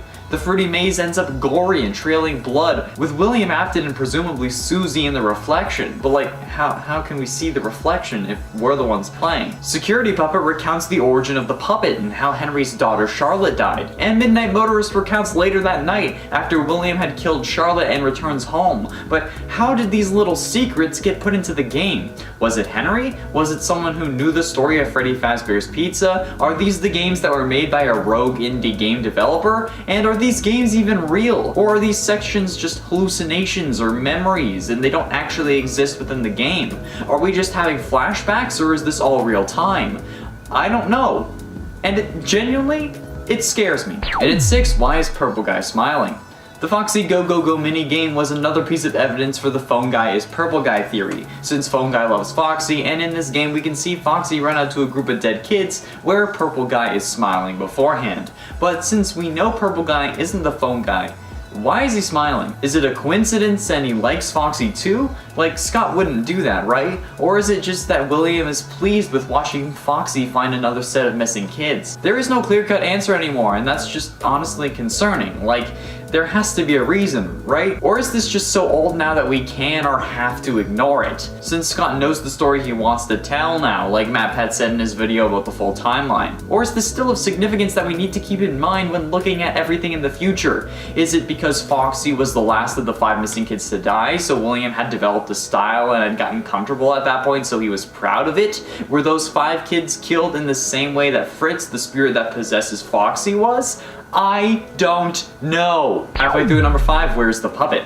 The animatronic known as Lefty was designed as a mechanism to capture the puppet, and does so prior to its appearance in FNAF 6. However, when Lefty jump scares you in both FNAF 6 and Ultimate Custom Night, we can't seem to see the rest of the puppet inside Lefty other than the arms. Realistically, the puppet's face should be in Lefty's head, but it's not. In fact, Lefty has something blocking the bottom of its head, like, you know, the rest of its skull, making it separate and a sealed piece. So, what the hell? Where did the rest of the puppet go? Is it inside the body compressed? Because the proportions, if it's not compressed, are all wrong, unless it got damaged in the FNAF 3 fire, which caused it to shrivel, since we know that the puppet was there. Which would have been a terrifying animatronic, so it sucks that we didn't get to see that. But still, I doubt Henry would have let his daughter's vessel get compressed inside of Lefty. So what the hell is going on here, and where's the rest of the puppet? And then 4, what brought him back? We all know that William makes his way to the FNAF 6 location first out of all the animatronics, but how? It's not like he got an email saying, "Hey, my old pal William, how about you come to this new Fazbear location that your kid opened? It's gonna have plenty of potential victims." And he didn't get a flyer sent to him, so how was he called back to this location? How were any of them called back, really? I know that he could have brought Lefty back because he had programmed her, but what made William, Molten Freddy, and Baby come back? Was it similar to the green bracelet for the puppet? Or was it playing those sounds like in FNAF 3 or in the vents in this game? How close did they have to be for them to hear it? Is it some sort of circuit thing that he could activate inside the animatronics with a remote? We don't know, and I really want to. Getting close to the end in number 3, investigation. I talked about the police and how nobody seemed to bat an eye in a previous part, but I want to be more specific and find the real reason the police didn't investigate more. We know they did investigate thanks to the phone guy calls and Juniors from Midnight Motorist, but why didn't they investigate the smelly, oozing animatronics? The bodies were in there and they would know to investigate, especially when the place got shut down because the animatronics started oozing and leaking mucus and blood. Blood!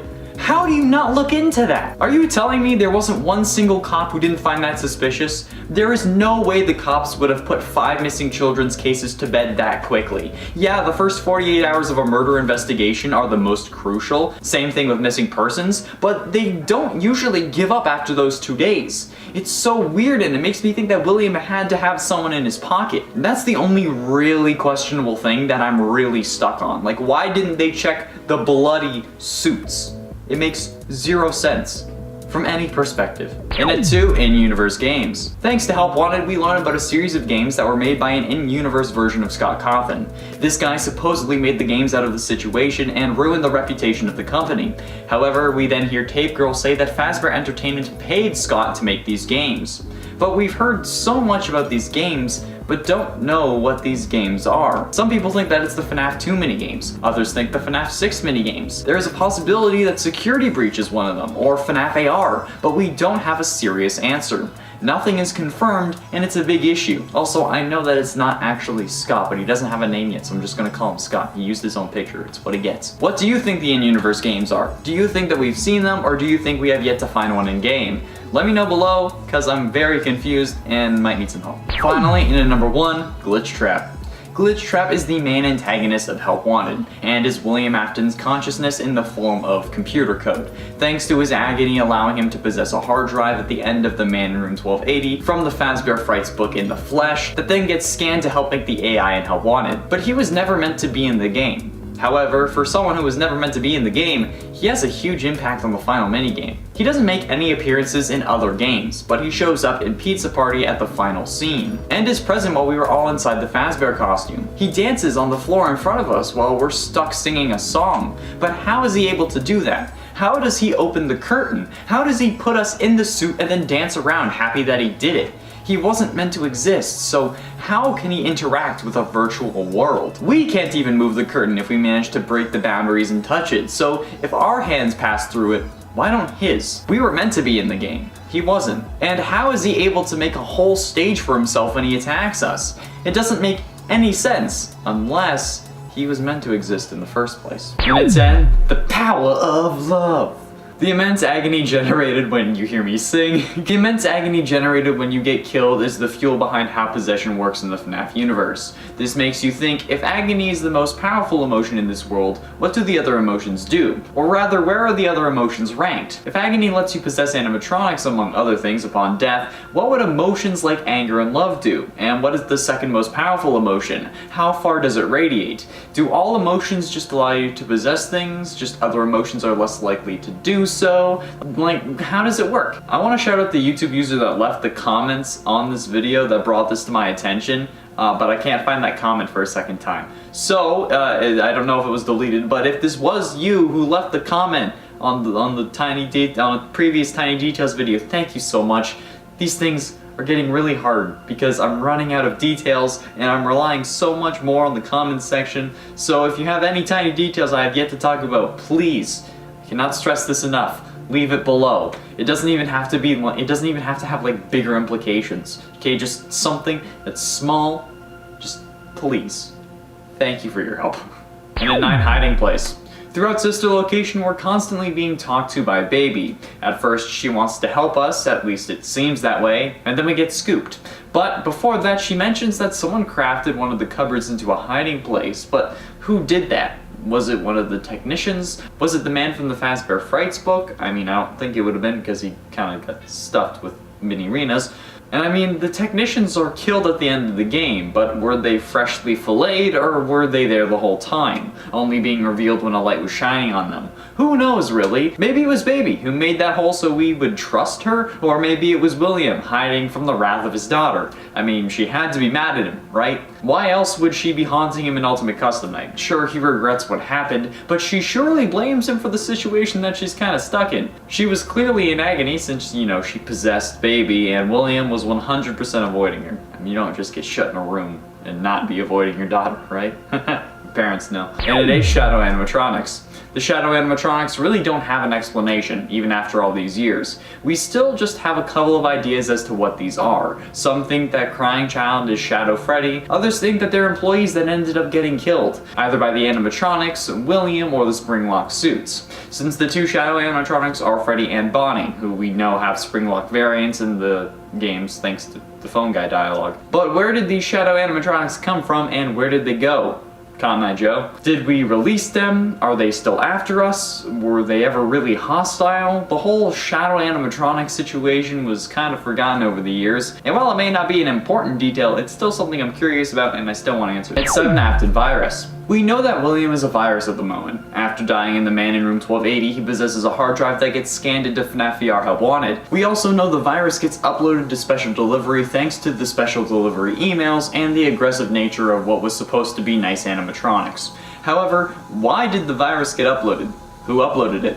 Well, thanks to the emails we aren't supposed to see, we learned that Vani, the antagonist of the upcoming Security Breach game, is the one who's uploaded the virus, and I mean it makes sense. She's a follower of Afton, even if it's reluctant. However, with the various versions of Springtrap in the game, could this virus be to blame for them?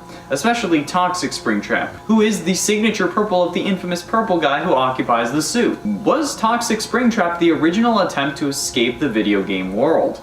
I mean, the AR game is the closest we've gotten to having FNAF animatronics in real life, and Scott isn't one to be afraid of being meta. I mean, he was the final boss of FNAF World after all. So could William's real plan to be to escape into our world? And would that tie in with the new Joy of Creation Ignited collection that Scott is helping to fund? Since in that game you play as Scott Cawthon and the animatronics are coming after you in the real world. I don't know, it seems possible. And at 6, Ballora glasses. In the Fazbear Frights story of Room for One More, we see a girl steal a pair of glasses that show her a dancing Ballora when she puts them on. It starts off sweet, but as we know, these animatronics don't mess around. Eventually, Ballora starts getting closer, basically just coming in for a kill, and in an effort to atone, the girl returns the glasses to their owner, only to have her daughter get caught by Ballora. The actual story though isn't important, so if I messed it up, please forgive me. What I'm really looking at here are the glasses. These glasses help this girl see Ballora when nobody else can. And this reminds me of something that we've experienced in the games, the Nightmare animatronics. Could it be that instead of the illusion sound discs that we've been thinking caused the Nightmare animatronics, that it was actually these glasses? And yes, I said Nightmare sound discs intentionally because I saw a comment that said please say just illusion discs. So no. Illusion sound discs. You can't tell me what to do. Scott himself said that these stories would help us solve things from the games. So what if Crying Child was wearing these glasses and that's how he saw the nightmares? It would explain why he wouldn't call for help, because he knew that nobody else could see them, and I doubt that they would have put on the glasses if he had asked. Plus, it would also explain why Michael knows what the Nightmare animatronics look like as an alternate explanation to my he's a robot Crying Child theory, which I'm sure plenty of you want at this point. Halfway through and in number 5, Disassembled. In FNAF 1, we only had 5 animatronics to worry about, and no convoluted story. Freddy, Bonnie, Chica, Foxy, and Golden Freddy was our cast of characters, compared to the over 50 that appear in Ultimate Custom Night. However, even out of all 50 plus, Golden Freddy is still the most interesting and mysterious. In the first game, he had no endoskeleton. He seemed to just be a floppy suit with 2 glowing eyes that somehow was able to teleport through walls, and some believed to be able to cause hallucinations like the infamous "It's Me" text and "Eyeless Bonnie," along with changing posters on the wall and generating news articles that show us more lore. But how? And why? Why is he so limp? The amount of jokes I could make for that. Is his endoskeleton the one in the storage room? And why was it removed in the first place? Was it for cleaning or something? Because let's be honest, if the animatronics are leaking mucus and blood and smell like death and don't get washed, I doubt that they'll be cleaning Golden Freddy. Some think that it's because he caused the bite of 87, but there is evidence for other characters as well, and nothing has been confirmed. So, why? And at 4, Glitch. Continuing on Golden Freddy, how does he have these powers? How can he move in and out of the office at will, basically moving through walls and causing weird hallucinations that give us issues for 7 years? Yet we still don't know how it's possible. This should, in reality, be incredibly hard to do, if not impossible, because even in the FNAF world, this kind of thing is hard. Is this what the other emotions can do, or is this agony stretching so far that they can move through solid objects and hide from our vision? Why have we not tried to figure this out? We kind of just accepted that he can do this, and then we moved on. Like, what the actual hell is this little freaking goddamn golden bear? Is he a bear? Yeah, he's a bear. Like, he can just come in and out whenever he wants, crash us to the desktop, and then laugh as we have to reboot it like he just loaded Skyrim for the 40,000th time without mods. Like, where did this man come from? And at 3, Hallucinations. The hallucinations from FNAF 1 are their own story too. Where did they come from? Is it Golden Freddy? If it is, why do we need to see them, or why do we see them in the first place? Are they actual newspaper articles, or are we just fully hallucinating? Is this real life, or is this just a fantasy? Caught in a landslide, escape Golden Freddy. But seriously, why are we seeing these things other than it being important to the mystery of the game? Is there something more going on here that we haven't discovered yet? Is Golden Freddy the one changing these articles and posters, or are we somehow doing it ourselves? These hallucinations, or whatever they are, have some sort of explanation behind them. I just need to know what that explanation is. In a 2, Seen in the Shadows. During Matpat's Big FNAF livestream during the FNAF 4 days, he ended up getting clues from Scott Cawthon himself via the Scott Games or FNAF World website, I can't remember which one. One referencing Chica's beak, one talking about 4 games, 1 story, and then one saying what is seen in shadows is often misunderstood in the mind of a child. And since Scott has since debunked Dream Theory, what did this mean? Did he originally intend on Dream Theory being the correct answer, then changed his mind, because, you know, that's pretty Scott?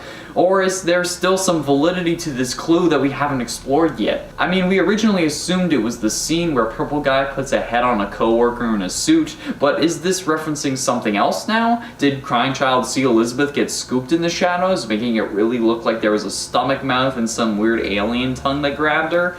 Hence the stomach mouths on the Nightmare animatronics? Or did he just see it directly and that's why they're there, and this is referencing something completely different? I mean, it would make sense, but sister location hadn't come out yet, right? I don't know anymore. My brain hurts. Finally, in number 1, Henry's death. There are currently 2 deaths that we know of for the character we know as Henry. One's in the FNAF 6 fire, where he stays while it burns so nobody will remember this place, but also once in FNAF World, where he gets killed by Baby. However, if he died in the FNAF 6 fire along with Baby, how did he die in the FNAF World cutscene? There seems to be a simple explanation. Actually, they are the same thing. That room that Henry was in that cutscene must have been a room in the FNAF 6 building that we just didn't know about. Maybe the safe room that we heard so much about until FNAF 3 when we just forgot about it. That scene was basically a flash forward to the FNAF 6 location, even if we didn't know it at the time, where Baby kills Henry before they're both engulfed in flames. She either killed him due to rage or the fact that Henry called her Elizabeth. Or cut her off in the ending, because yeah, that would make me go nuts too. And be full. Connection terminated.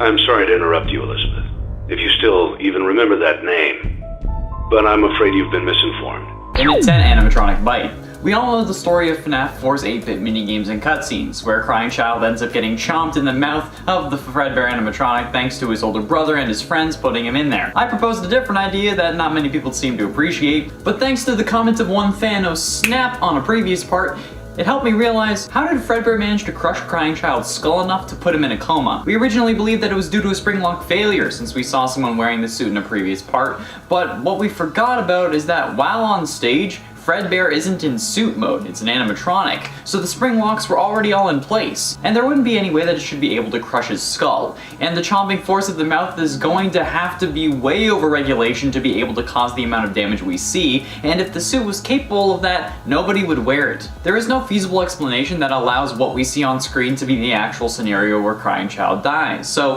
how did this actually happen? And does this go to only further enhance my explanation of this scene? Let me know your thoughts down in the comments and maybe we can work this out together. And at 9, Paper Pals. The Paper Pals are a group of paper plate versions of our favorite animatronics. Well, a couple of them. In FNAF 2, we can see paper plate versions of Bonnie, Freddy, and a human-looking one that might possibly be Balloon Boy. And while these may be crafts made by kids at the restaurant, or they might sell kits for you to be able to make these at home, where did the originals come from and how can they move? In FNAF 2, the human-like Paper Pal can actually move from Cam 4, where it's originally found, into the office. And in FNAF 3, the 3 Paper Pals can do the same thing, using this teleporting mechanic seemingly at random. How can they do this? How can paper cutouts teleport between rooms? Is it a hallucination or something else? I don't know, and it terrifies me. Imagine all the paper cuts this thing would give if it jump scared you. Ow. Tail trap. This was mentioned in the comments of one of the Funtime Foxy Facts lists by a user that I could not find the comment of twice, so I apologize. I really need to take note of this stuff. Anyway, the comment suggested that Funtime Foxy's tail could be where its containment chamber for the kids is collected. You know, like the containment chamber for the kids would be in its tail, which is an interesting idea, and it would give a reason as to why Foxy all of a sudden got a tail in sister location, but the beginning of the tail is so small that it would have to really squish the kid down to the size of like a Toblerone bar before actually getting to the wider part, so it's unlikely, but still something to think about. And it's 7, Charlie. The original FNAF novel trilogy had a big plot twist at the end. In the FNAF novel The Fourth Closet, it's revealed that the main protagonist, Charlie, was actually the third in a series of 4 robots that were a recreation of Henry's daughter, who was killed at an early point in her life. However, the final version was incomplete and could also switch between looking like a real human, so much so that another character wanted to make Whoopi with them, to looking like Baby, you know, like the actual Baby animatronic, thanks to pins located around Baby's body like we see in the games. I've used this as evidence for another theory before, but we've never stopped to really ask how she's able to look so realistic. And it's a big point, because this is the same argument people use to try and debunk my theory. How does the skin work? In the novels, it's revealed that she actually has fake blood, which makes sense since, you know, if you get cut and you don't bleed, someone's gonna get suspicious. I hope. Which means the skin should be able to bruise. But where did this technology come from? It's so realistic, someone wants to see all of it, yet it's still fake. How is this possible? But more so, it also helps in my theory proving that my scenario is entirely plausible. I'm not moving from my stance that Michael Afton or the Big Brother in the games is a robot version of Crying Child created after Crying Child dies. In whatever happened, because obviously what we see isn't actually what happened. Because, like, there's no way Fredbear chopped it. In its sixth fourth child. A lot of people seem to fixate on Clara from Sister Location's Immortal and the Rest list for a proxy for Mrs. Afton, the mother of the Afton kids, since she talks to a vampire meant to represent William, whose name is Vlad. However, the theme of the show is Vlad constantly denying that the baby is his. Clara, the baby isn't mine, even though the baby can turn into a bat and sleeps hanging upside down. But what if there is more to that than just being a proxy for William's wife? Because I doubt Clara would be the name of the character and the name of the mother if William's character is named Vlad. What if this is secretly revealing that William has a fourth child? One that hasn't met a terrible fate yet. One that perhaps William didn't believe was his when his wife told him. So much so that he divorced her on the grounds that she cheated and he got the kids. A simple paternity test would reveal that he is the father, but he could claim that they were faked, like how Vlad denies the child being his, even though it's literally a vampire. And William is well connected, so bringing a trial would be easy cheese. He has to be well connected to not have been actually thrown in prison. There has to be something going on. Now, who could this secret child be? This may be a stretch, but what about Gregory? Unless we go off my theory that in FNAF 1 and 2 we play as Henry, we've only played as characters of the Afton family until FNAF VR potentially. So what if the fourth child is the one we play as in Security Breach, and that's why Vani is trying to capture him? Or more realistically, what if Vanessa is the child, and that's how William was able to take control of their mind? They're related. Only time will tell. How about we do it at number 5, Premonition? Now, I'm not talking about real psychic powers here, but what if the ending of Security Breach was pointed out to us way before even Sister Location was released? That's right, I'm talking about FNAF 4, baby! The stomach mouths of the animatronics is always assumed to be because Crying Child saw Elizabeth get scooped. What if it was really foreshadowing the events of games to come? We know that Gregory will hide inside Glamrock Freddy. Perhaps, while we're in there in first person, we will watch ourselves get crushed, helpless. That would be fun. However, I want Chica to be the one to step on me, I mean crush me. Yeah. Crush me. And at 4, Gregory. Continuing on Security Breach, what connection does Gregory have with anyone else in this game? I mean, he could be the fourth child, it's unlikely but possible in a way, but how on earth does he have a watch that connects to the security cameras of the place? Does he get it in the security room? And who would leave a piece of tech that would be so useful to anyone they're trying to stop out in the open? Like, ripe for the taking. Was it Vanessa? Does she know she's compromised? I mean, she does in Special Delivery, but is Ness the Vanessa we're thinking of, or is it just a name meant to confuse us? Because Scott's done that before. I don't know anymore. I'm sad. Take the multiple uses of the name Jeremy. What is that, dude? And at 3, Special Delivery. The animatronics from Special Delivery were supposed to be friendly, basically being a nice way for the company to rebuild their image. But then, they send out angry animatronics that try and kill you. Why did they think that was a good idea? And I get that they were hacked by the Afton virus, but there is plenty of sus things going on in this game. Like, why, if the company was trying to rebuild its reputation with these friendly animatronics, have they not shut down the project after I'm sure they've gotten emails and stuff about the animatronics going rogue?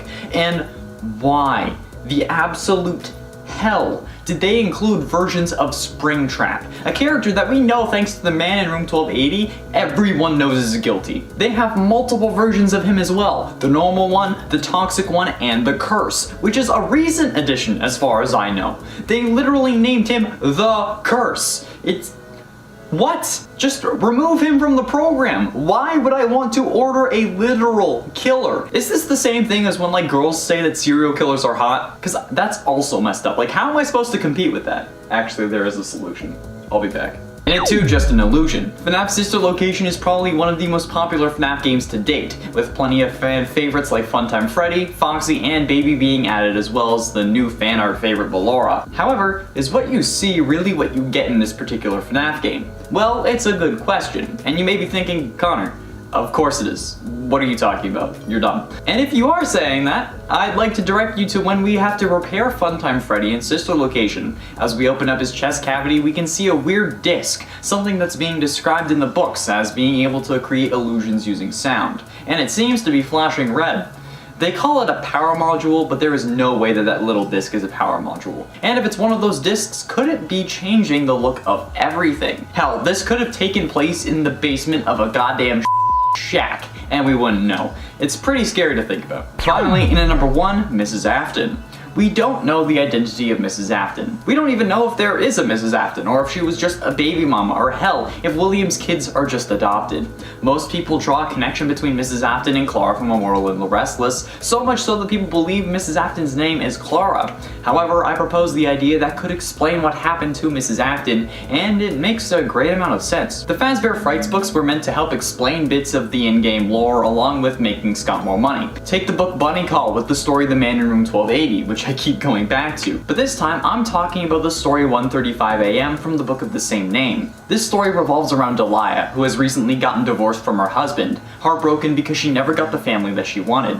She comes across a garage sale that has a doll that looked exactly like the daughter she had envisioned. She buys it and finds out that it's an alarm clock. Then, much like an actual baby, instead of waking her up when she wanted, she ends up getting woken up at 1:35 AM every morning. It gets so bad she runs away and hides in a factory ventilation shaft where she waits until she dies or suffocates. That's a really brief synopsis, but let's look at the parallels between Delia and Mrs. Afton as well as Delia's story. Delia's parents died when she was young, so she was put into the foster care system where she was bounced around from family to family, but also was continuously abused.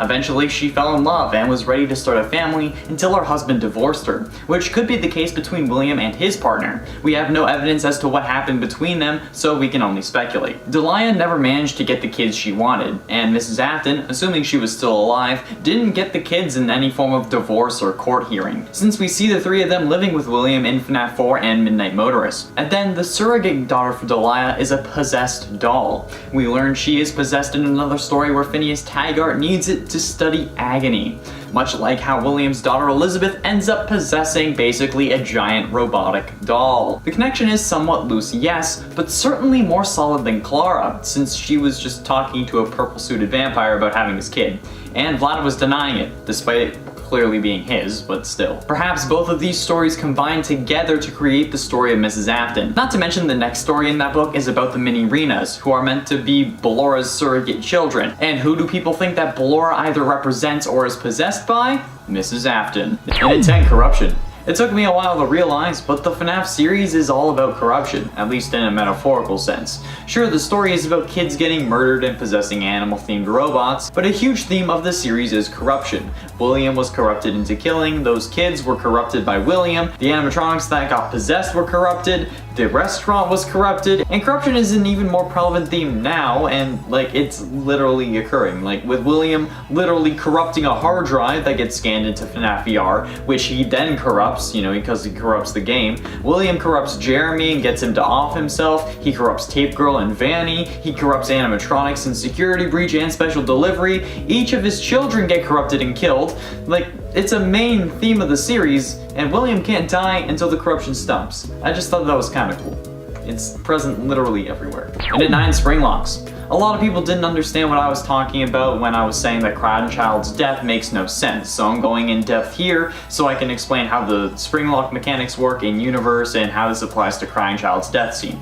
The term Springlock in and of itself is kind of confusing, since it can be used to refer to multiple things. A Springlock can talk about an animatronic that can switch between suit and robot modes, like Golden Bonnie that William uses to kill the original 5, and the Golden Freddy we see in FNAF 4's cutscenes. We know it can be a suit because we see William putting someone into it in one of the mini-games in the back room. And Springlock is also a term for the mechanism used to hold back robotic parts in those specific suits so a person can fit inside. We know these can fail when exposed to water, since this is how William got stuck in the Springtrap suit in FNAF 3's minigames. So most people assume that Crying Child's tears loosen the locks of the mouth, and that's why he gets chomped. But that was already in animatronic mode, so the spring locks weren't active, and they couldn't fail because they aren't in use. And there wouldn't need to be any in the mouth to begin with, only the pistons used to move the jaw up and down since no human body part is in the mouth. And if we're wrong and this is just an animatronic without suit capabilities, there would be no spring locks in the suit at all. Now a human skull would require 1900 newtons of force to be crushed, something way beyond what should be used for an animatronic. And even to fracture it, it would require around 1100 newtons, something that would require a piston that uses its own air air compressor, and you would need multiple of them. Since that's something we don't see on stage with Freddy, and it would be something that would be impossible to fit inside of him, because like air compressors are huge even with our current technology, that's why Crying Child's death scene is impossible. There is no physical way the animatronic could have crushed his skull, unless there's something going on that we don't know about,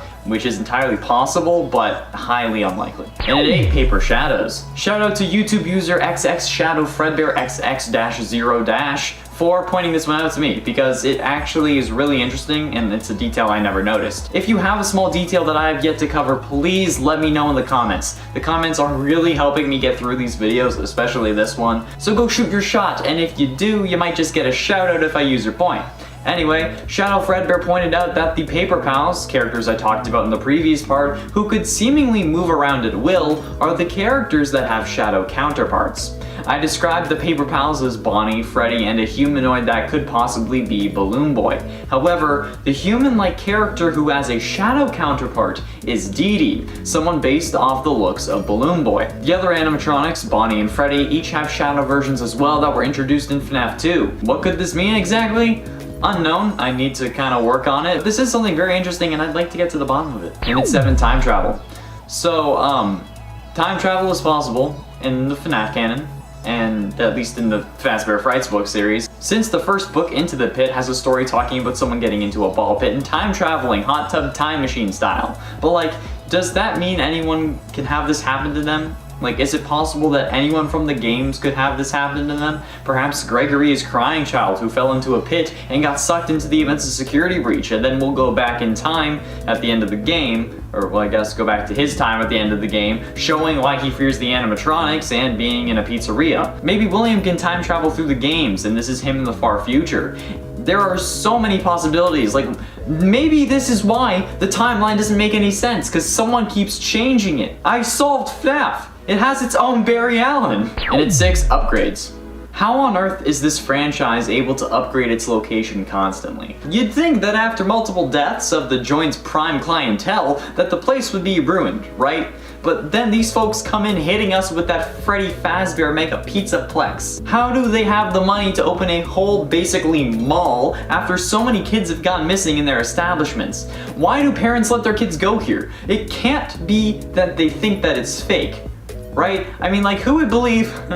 Oh wait, I know who would believe that it's fake. The same people that believe that 5 kids actually went missing in a Chuck E. Cheese instead of realizing that it's just a Twitter picture and like a meme. Like, it's funny because it's backwards in this like analogy. I'm sure they wouldn't believe if it actually happened, and only believe that it happened here because of the games. Like, but I mean, who knows?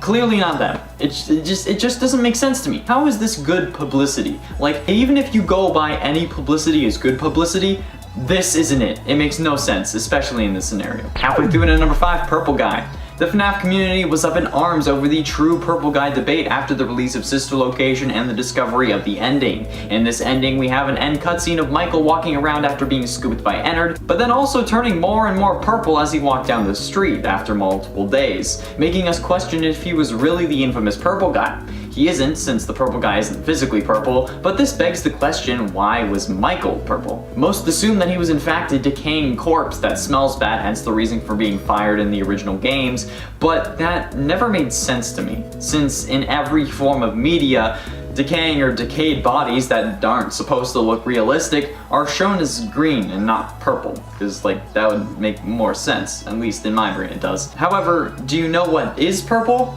Bruises. We know he isn't dead, so why would his body be rotting? Because it's not. It's being battered from the inside, causing extreme bruising, hence why everyone is scared. They don't understand why this dude is like literally purple, and it's because of all the bruises. And at 4, why Henry? In the original FNAF novel series, to my knowledge, the characters of William and Henry are introduced as business partners. William is the businessman who handles the financial and actual business side of the company, while Henry is the creative one who really works on the animatronics. This could be wrong, but this is how I've been explained and understand their roles. And the characters in the games at least have a similar role layout, with Henry making loads of new animatronics for FNAF 6. But we also know that William was the one who modified the animatronics, or corrupted them, see, full circle, and was the one who built the Sister Location animatronics and had a robot business called Afton Robotics. So my thought is, If William was already capable of creating these things and this entire company from scratch, since we know that Circus Baby's Pizza World opened after Freddy's, why did William involve Henry at all? Like, wouldn't it just be a liability? Having someone work so closely with the things you intend on using to kill with? Like, it seems stupid to me. Some say that a criminal career starts with too much caution or too much arrogance, but to me, this doesn't seem like either. Maybe too much arrogance, but he had already started killing at this point, so like, what the hell, dude?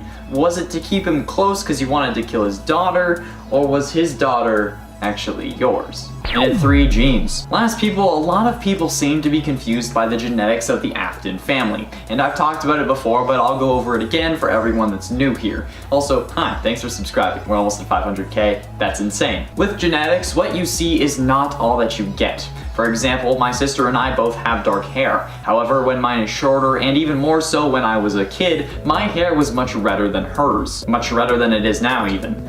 This is because red hair is a recessive gene. There are dominant and recessive genes, and it's easiest to describe this using a Punnett square. Let's look at this one for example. Let's say that we're crossbreeding bananas, one green and one more commonly yellow. The green color is dominant and the yellow is recessive, which means that if the banana lies in one of the top 2 spots and it has the green trait, it will be dominant and you'll see green, even if it has the yellow gene, because yellow is recessive and green is dominant. However, as you can see, it is possible to have a green banana have a yellow banana offspring, even if the banana is green, because it also has the yellow gene. So even with the dominant gene, the green banana could have a yellow offspring. Even with another green banana, in fact. However, if this was the case, that new banana would have a 25% chance of being yellow if it has 2 green parents, each with the yellow gene. Like I said, it's a 1 in 4 chance, but it's still possible. This is the case with Elizabeth, where a parent doesn't necessarily have to have the trait visually, but rather in their DNA.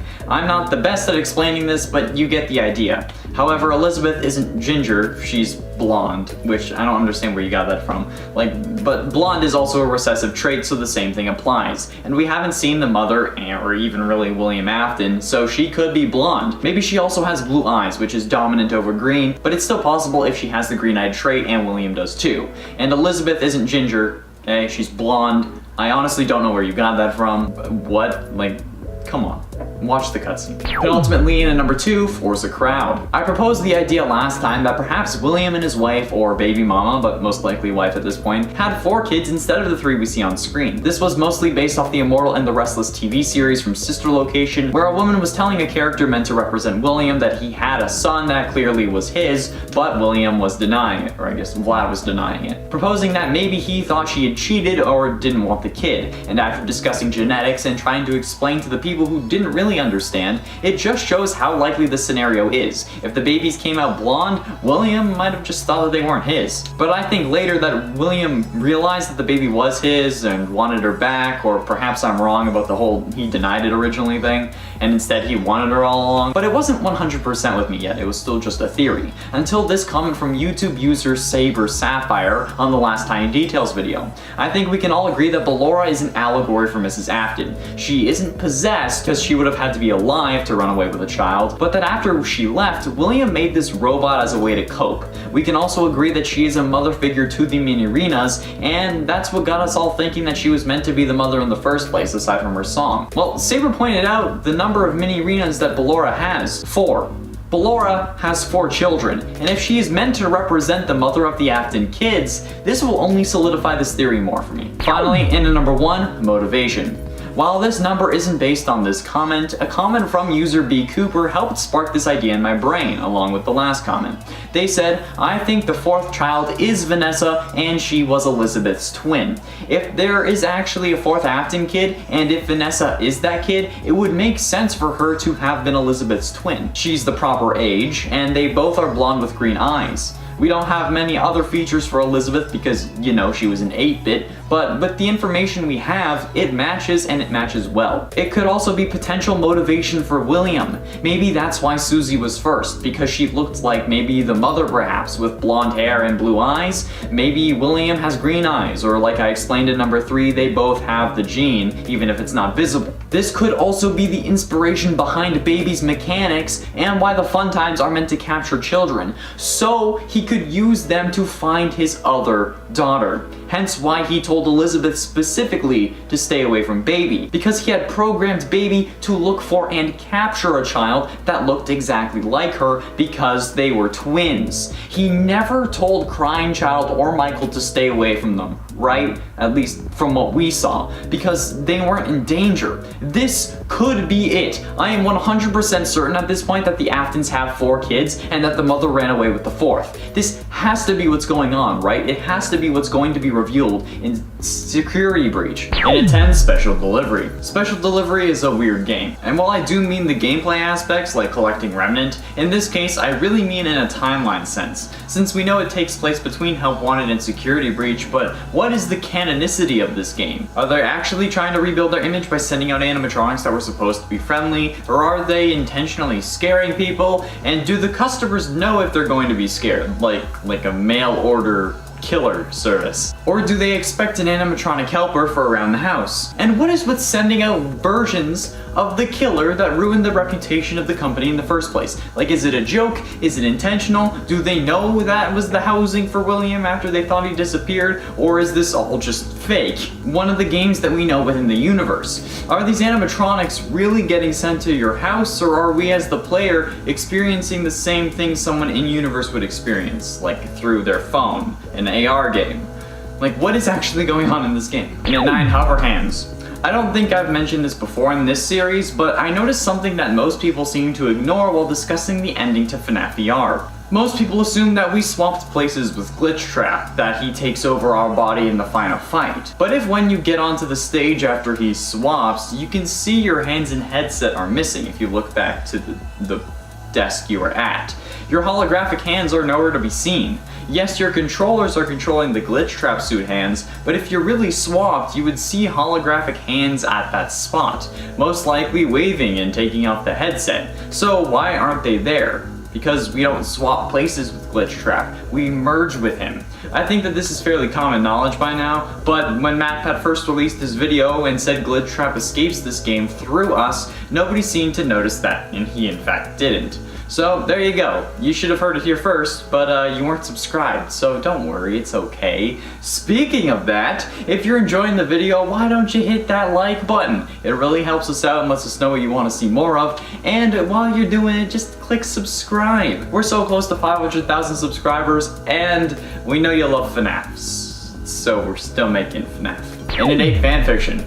We know there are plenty of FNAF fanfictions, probably too many if I'm honest. The ones we've talked about here are creepypastas, but I guess in a way it's sort of theories. However, have we ever stopped to consider any in-universe FNAF fanfiction? Or, well, at least I guess Freddy Fazbear fanfiction? Whether it be about the games that are in-universe or the characters themselves. Believe it or not, there is in fact Chuck E. Cheese fanfiction, so it is possible. But what would these fanfictions be? What about this Silver Eyes or Fazbear Frights? The novel isn't fully connected to the games, only sharing some similar aspects and characters, right? That's what fanfiction is. And Scott wasn't the only one who wrote these books. He had help. The Silver Eyes was also written by Kiara Breed Risley as well. Hopefully I didn't butcher your name. If I did, I apologize. And Fazbear Frights had help from Ellie Cooper and Andrea Wagner. So technically, since they're not Scott Cawthon, it's just fanfiction that is considered canon. Huh.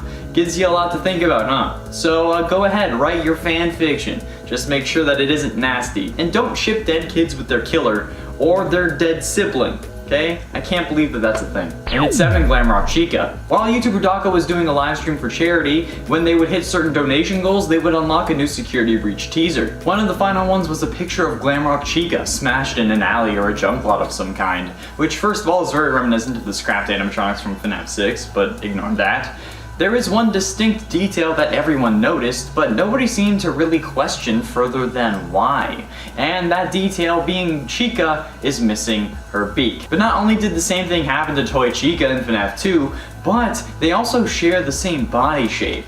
Originally, Toy Chica lost her beak to make her scarier, and somehow Scott made it seem like it had bigger implications in the livestream from Matpat during the FNAF 4 days. Maybe it's because this was coming, or he wanted to make it seem bigger than it was. Or maybe Dream Theory was right for a time, but it isn't anymore. I don't know, I just figured it was an interesting detail that we should keep an eye on. Maybe how she loses her beak will be a big help in solving earlier problems. Or maybe there's something else in this image that I'm missing. I don't know. And at 6, symmetry. FNAF VR has some interesting story elements that I'd like to point out to you. This was the basis for a personal theory I had a long time ago where I thought that in FNAF VR, we played as a man named Gabriel who was playtesting the game, since at the end we ended up getting stuffed into Freddy. However, there were other details that drove me to this conclusion, like for example, the fact that Glitch Trap causes Jeremy, a name that we know all too well in this series, to cut his face off, and then Vani shows up in the final room in the Pizza Party minigame, missing his face. And that Chica starts off without her arm in the Parts and Service minigame and shows up without the same arm in the final room as well. However, symmetry like this is everywhere in the FNAF series as a whole and not just in this game. Like how William would stuff his victims into the suits and then got stuck in one himself, etc. It's interesting and something I'm sure we'll see more of, so keep your eye out. Halfway through into number 5, history. Is FNAF history repeating itself? It's an interesting question that we should probably discuss since it seems like it might be. This idea started when I thought about how both dummy-thick versions of Chica lose their beaks, and it escalated from there. Because it seems like William is taking the lives of his original victims again, well at least by name. Granted, we don't know Tape Girl's name, and it could be Vani, and we don't know who our character plays in we don't know who our character's name is in FNAF VR, and that could also be Vani, but technically Vanessa, you know what I mean. Because as Glitch Trap, William has already taken the life of Jeremy, someone we know to be the one who possessed Bonnie based on the FNAF 3 ending, as well as the gravestone screen from FNAF 6. He made Jeremy cut his face off, like how Bonnie at the end of the Pizza Party minigame in the final room is missing his face. We don't know what became of Tape Girl, but she could very well be represented by Chica as well, someone we thought was okay, but then turned out to be incomplete, ergo the missing arm. Not in possession of all her marbles, should I say, as the final tape seems to indicate. It's interesting, and maybe Gregory in Security Breach will end up being the next crying child, but hopefully not Napkin Kid, because Christ, would that be annoying. In at 4, fake. Much like any YouTube video prank, what if everything in this world is fake? The story, the death, the in-universe minigames, the animatronics and special delivery, help wanted.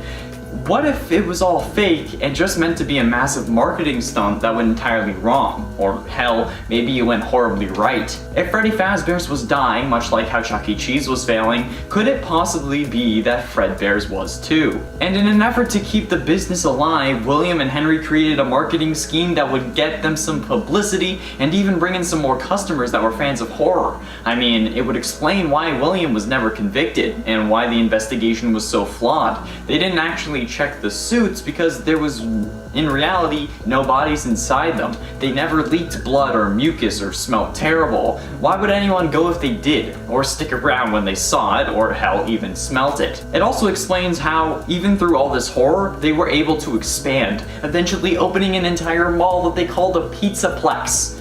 Oh man, am I onto something here? And at 3, Gotchaverse. Unfortunately, in the FNAF canon, there are now multiple timelines and multiple dimensions thanks to the confirmation of the Fazbear Fanverse initiative. However, that basically means any fanfiction about FNAF is true in one form or another, and any theory about FNAF is correct in one universe, which unfortunately means that there is an entire canon version of the FNAF Gotcha fandom. Don't get me wrong, it's cringy and it really shouldn't exist, but technically it's canon in another Earth. I don't know what to do with this information. It just kind of makes me sad, honestly. And at 2, Oswald. It may have come across as a joke when I said it in the last part, and how I mentioned that FNAF has its own Barry Allen that's going around messing up the timeline. But you know what? It wasn't. Not anymore, at least. Scott has stated before that the Fazbear Frights books are meant to help us solve bits of confusion in the main FNAF canon, like how William was able to survive being springlocked and whatnot. But I believe that Scott has given us the biggest answer already in the very first story of the series. Into the Pit is the title of the first story and the first Fazbear Frights book, and is centered around Oswald, a kid who loves to draw but has recently been focusing on furry animals with robots inside. Eventually, he finds a ball pit that sends him through time into the past, where eventually he sees 6 murders and flees back to his time. but he does survive until the end of the story, which is kind of rare for these Fazbear Frights books.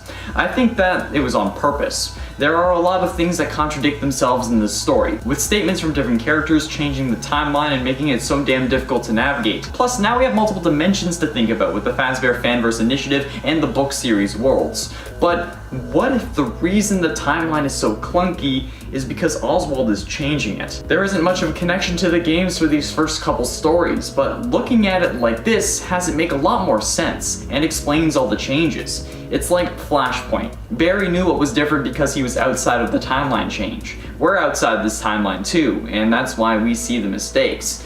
This genuinely seems like the only explanation to me. I mean, I know it's highly unlikely, but I mean, what other explanation could there be? Finally, in at number 1, skins. FNAF AR doesn't only have a confusing story, it also has confusing mechanics. Like, for example, if everything is supposed to be real, where are all these skins coming from? And how is it possible? And to that, I think I have a solution.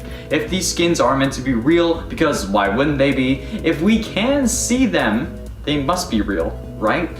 I think that there is a simple explanation that solves this issue that I've been having for a while. The illusion discs from the Twisted Ones novel that we also see in Sister Location. These, as we know, can easily manipulate the appearance of anything nearby, at least in the minds of individuals close enough to the discs themselves. And this is the most likely scenario to explain how we can change the skins of these animatronics basically at will. It just sets the disc to emit the proper sound, or however it changes the looks of these things. Right frequency, I guess? Which is honestly kinda cool. It would also be cool if we had this in real life so I could change my appearance whenever I wanted, but like just my clothing. You don't want to get rid of the moneymaker right here. Imagine just like changing skins at will like you can in Minecraft or Fortnite. Like, it would be fun, but like it would just be clothes. So you can just be like, aha, I'm wearing a banana. Aha, I'm a burrito. Aha, I'm a glizzy gobbler. And at 10, grandfather clock. One of the biggest pieces of evidence for dream theory was the grandfather clock sound at the end of your shifts in FNAF 1, 2, and 3. Since why would you hear a grandfather clock in an office? Which makes sense, but thanks to Nightmare Freddy's April Fool's Day mechanics, we know that dream theory is false. So why are we hearing a grandfather clock? I mean, there very well could be one in the office, but like, I mean, like, it's not impossible, it's just highly unlikely. But it could also just be that we change the alarm tone on our phone, and we have an alarm set for 6 a.m., so we know the minute that we can get off the job. I can understand that, especially given the horrific environment this job places us in. And no, I'm not talking about the internet, I'm talking about the job in-game, although it does work for both of us. And at 9, Bonnie goes missing. Aside from being a great name for a children's book, I'm claiming privileges, Scott, that doesn't really help the fact that after Sister Location, Bonnie just kind of vanished, not including FNAF VR, AR, or Ultimate Custom Night. Ultimate Custom Night since it's a dream, FNAF VR because it's just all the games, and AR since it's not really a game, it's a service, at least in universe. And Bonnie isn't in the main lineup for Security Breach, and instead has a bowling alley with no known appearances otherwise. So what happened? When Chica was left out of Sister Location, we got Chica's Party World as an excuse, but does Bonnie have the same sort of thing going? Did they swap between the events of Sister Location and Security Breach? Like, what on earth is the deal here? Where did Bonnie go? And why did they make the games? We still don't know what games are the ones created by the Scott Cawthon stand-in in the FNAF universe, but we also still don't really know why either. We hear that he made them on his own to capitalize on the tragedies, which makes sense, but then we also have Tape Girl who tells us that Fazbear Entertainment hired this guy to make the games so that people wouldn't be so apprehensive about returning to their restaurants. That had to have been the way things went, because even we as fans of the series want a real-life Freddy Fazbear's, so I'm sure that in-universe these games have the same effect, whatever the games may be, which would also explain how they were able to expand, which is why that makes more sense than Scott doing it on his own, at least Scott's in-universe counterpart. Why did you have to do this though, Scott? Like, why must you torture me?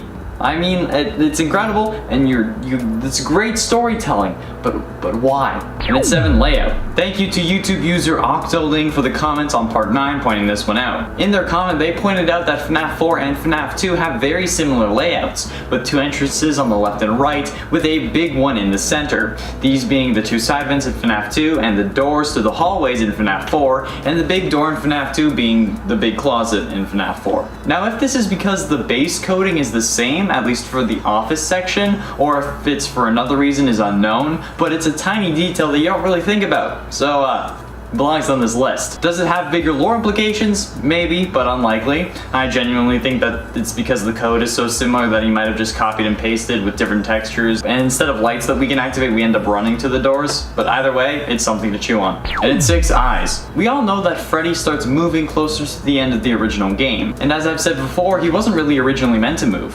However, on the cameras, you still don't really see him. It won't be obvious like it is for Vani or Chica, but instead you'll see 2 white dots as his eyes. But like, how is this possible? When he does show up at our door, we can see that he has normal animatronic eyes in his sockets like Vani and Chica do, so how are there only 2 dots that are really able to be seen? Especially when they're being blocked and no other animatronics do this kind of thing. It's so weird, and I just don't think that it has any like bigger implications, but I still want to know why these white dots come from behind the eyes. Are they that bright? Because those eyes are meant to disperse the light that would normally come from the LEDs, if there are any LEDs behind the eyes, so it's strange in my opinion, and I'll never really be satisfied with the answer, so I'll just move on. Halfway through into number 5, Nightmare Mangle. From what I understand with the Nightmare animatronics, a few got added in a Halloween DLC, but only Nightmare Balloon Boy was canon. I may be wrong about this, and it has been a while since I saw that, but to my understanding, Nightmare Mangle was not canon. We determined this had to be because Crying Child hadn't seen Puppet or Mangle yet, but had seen Balloon Boy. However, we know for a fact that Crying Child has seen Mangle. He appears in his sister's room as a torn up plushie next to her bed. There is no stuffing by her bed, which is ironic given the series, but it's still kinda weird that Mangle wasn't deemed canon if it was there. Shout out to Avery Truesdale for spotting this and putting it in the comments of part 9. So if Crying Child does know what Mangle looks like, how is that not canon? Scott went out of his way to say that Balloon Boy was canon, meaning the others had to not be canon, right? I'm so damn confused. I can't do this anymore. No, I'm only halfway through. And at 4, FNAF IRL. I've made multiple videos about how a real-life Freddy Fazbear's could exist, and may even be coming as early as 2023. But as I was writing this script, I thought, what if we were getting a real-life FNAF crossover? Now, this might be a little outlandish, but bear with me here. We're hoping to get a real-life FNAF in 2023, since that's when Fazbear Frights opens in universe. But it was all speculation and the power of positive thinking. No actual evidence, and Scott even said himself that he wouldn't do it. But are we being set up to think that it's not going to happen, and instead getting one of the most ambitious crossovers of all time? Well, the Fazbear Fanverse Initiative may hold some clues. This is a group of fan game creators that Scott has funded to help make another game, Five Nights at Candy's 4 being the most popular in this group. But this collection of fan games also contains a new version of the Joy of Creation, the Ignited Collection, where if you're not familiar, you play as Scott Cawthon himself being chased by ignited versions of the original animatronics, basically more withered versions. And since the FNAF Multiverse is now a thing thanks to these games and the books, could Scott make this into one of those universes and use that game as a bridge between worlds? It would kind of make sense, but it would also be absolutely terrifying. And at 3, Chris Afton. There are a lot of names for Crying Child, and I'm here to set the record straight. None of them have been confirmed. Crying Child isn't even a canonical name. I'm pretty sure it's just another name for the character because he was always crying, or was mostly crying. It's just another name that we gave him. The names I've been seeing recently are Chris, Norman, Evan, and Kyle, and I don't know where most of these came from.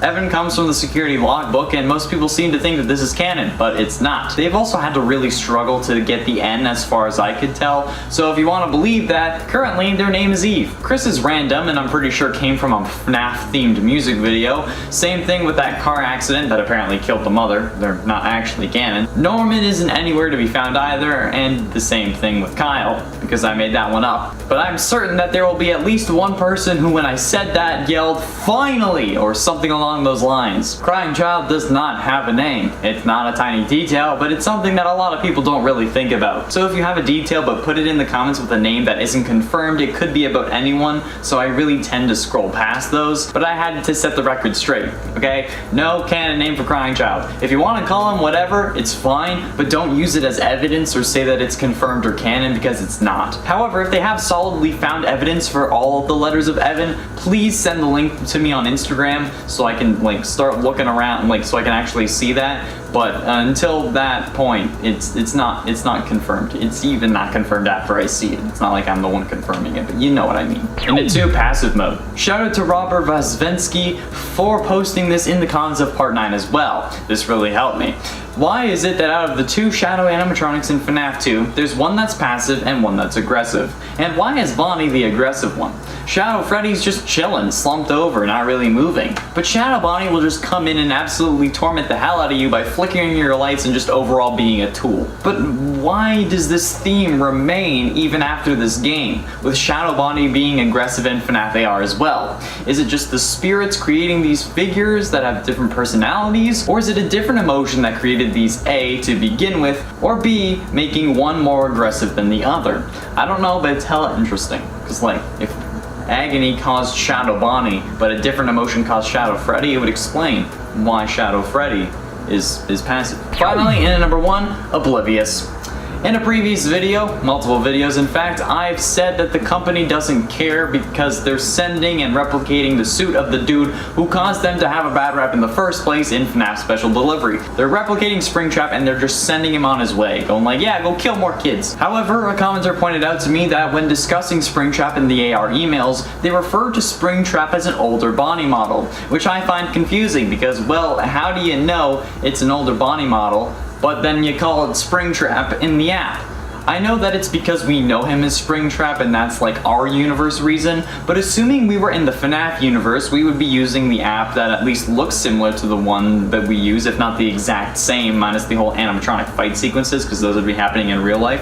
And if Springtrap is listed as Springtrap and not older Bonnie, Fazbear Entertainment needs to explain. Fazbear, explain! What do you mean it's Arkansas? But also, why would you not recall the animatronics and just go get them? Or have somewhere people can deposit them? Or company-wide shutdown switch? You should have thought of that by now, especially after how many things have gone wrong. In a 10 human counterpart? This point is brought to you by YouTube users Ruby Pupstar and Henry, who commented on the last Tiny Details video. The Circus Baby animatronic is a complex robot, with the spirit of Elizabeth inside and sinister goals and intentions. But she's different to her Fazbear Frights book counterpart, but also similar in a lot of ways. One of those reasons being the pin-like mechanisms that cover her body. In the books, she uses these pins to switch between her animatronic form and a realistic human form. These pins are also visible on the game version of the character as well. And since they're never really used for anything in game, we can safely assume that they're intended for a different purpose.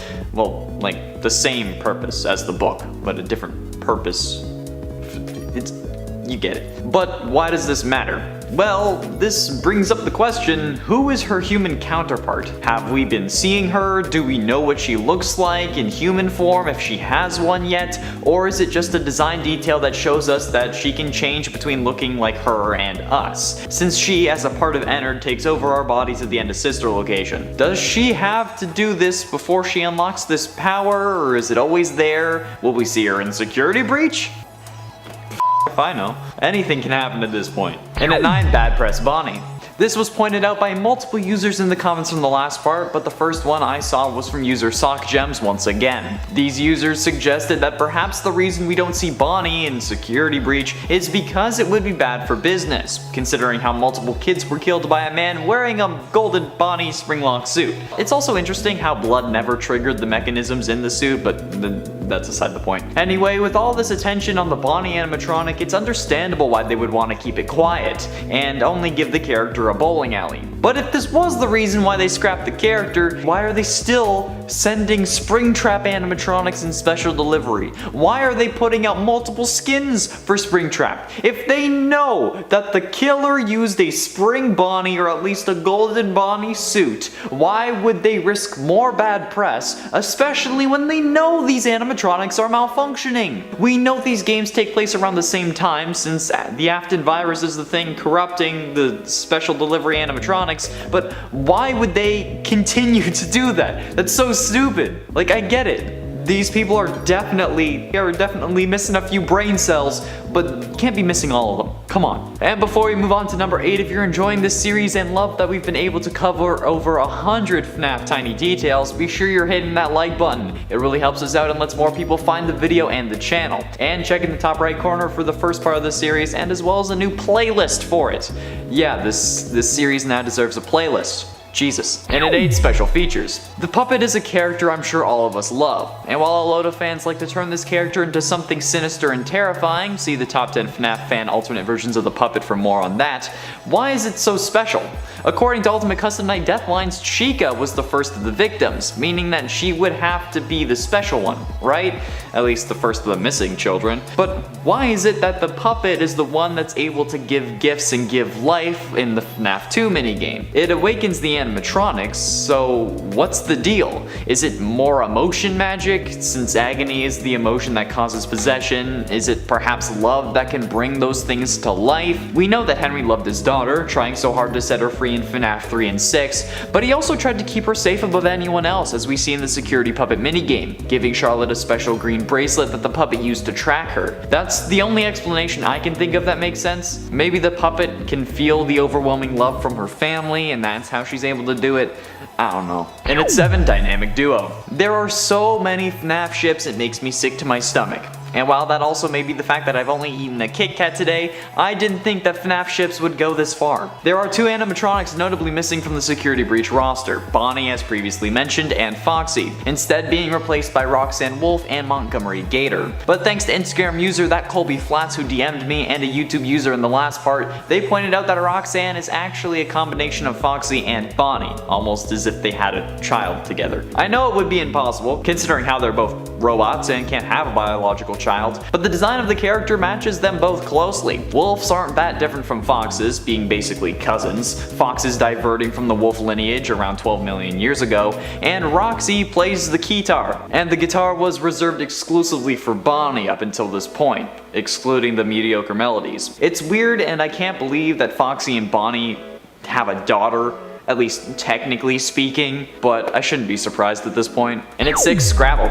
The Shadow animatronics are some of the most mysterious characters in the game, but we've already talked about them in the last part. Why they were made and why is only Bonnie aggressive, those questions have already been asked. But a new question presented by G5 Studio on the last marathon for this series asked why the hell Shadow Freddy is the only Shadow animatronic with a normal name, while Bonnie and Dee Dee have a mix of letters, RWQFSFASXC for Bonnie and XOR for Shadow Dee Dee. But why are their names just letters? My first and only guess is that there's some form of cipher and that we just need to decode them, but I've had no luck with Visionaire ciphers and anagrams, especially with cipher anagrams, taking what I got from the cipher and trying to unscramble it. And it could also be that Scott just didn't name the animatronics and instead smashed his head on the keyboard from frustration and then just kept it. But Scott doesn't really do things like that, that's more of a me thing. And FNAF 2, where RWQFSFASXC was introduced, started to expand on the lore of the world, so it could be possible that there's something more there. Halfway through into number 5, Lost in Time. This is a bit of a wild idea, but with Afton being in a game, that game being FNAF VR, and now a virus, could he be immortal and timeless? And for those who are confused, let me try to explain. The internet has been around for ages now. Nobody born within the past 30 years has really grown up without the internet having at least some part in their lives. And viruses have also been around for ages. They've gotten a lot more complex and creative, but they've been around for a while. Could William be using this to access any point in time where the internet was still available, like Savitar from The Flash Season 3, who tried to shatter his existence throughout time? Could William have successfully done the same thing? Could he have actually used this virus on all other animatronics in the games, and that's why they attack us? I mean, this isn't really that far-fetched for a universe with possessed robots in agony and a time-traveling ball pit, so I'd buy it. And at 4, mediocre melodies. This isn't entirely new news, but we've learnt the origins of the mediocre melodies crew. What seemed like random additions in FNAF 6 were actually set up 3 games earlier. FNAF 3's Night 4 phone calls has Phone Guy talking about multiple simultaneous spring lock failures occurring at the sister location. This isn't the place we visit in that game, but rather another Fazbear joint. He says the company has deemed the suits temporarily unfit for employees, and that the classic suits are being retired to an appropriate location while being looked at by our technicians. Until replacements arrive, you'll be expected to wear the temporary costumes provided to you. Keep in mind that they were found on very short notice, so questions of appropriateness/relevance should be deflected. And while it could have been just about some crappy knockoff Frank Fazbear costumes from AliExpress, the line about questions about relevance should be deflected seems to point that they aren't the normal Fazbear crew. And the only other group we really see are the mediocre melodies, hence why they're mediocre, they're not the original. And at 3, good ending. The good ending in FNAF 3 is the one we all try and get, as well as the one we believe to be canon. However, there are details that someone pointed out to me, like how Golden Freddy's head isn't there, but is present in the bad ending. I did know this, but had forgotten about it, deeming it inconsequential. But now we at least know why, because despite the Happiest Day minigame, we still didn't release their soul. They didn't want to go. They wanted to stay behind to torture William for as long as they can. We brushed this off at the beginning, but we know that now. And it's interesting though, since FNAF 3 was supposed to be the end of the series. So why, if this is meant to be the end, is the Golden Freddy animatronic not released in the good ending? When these were added, Scott didn't know everyone would hate the Springtrap jump scare, but he made Golden Freddy stay anyway.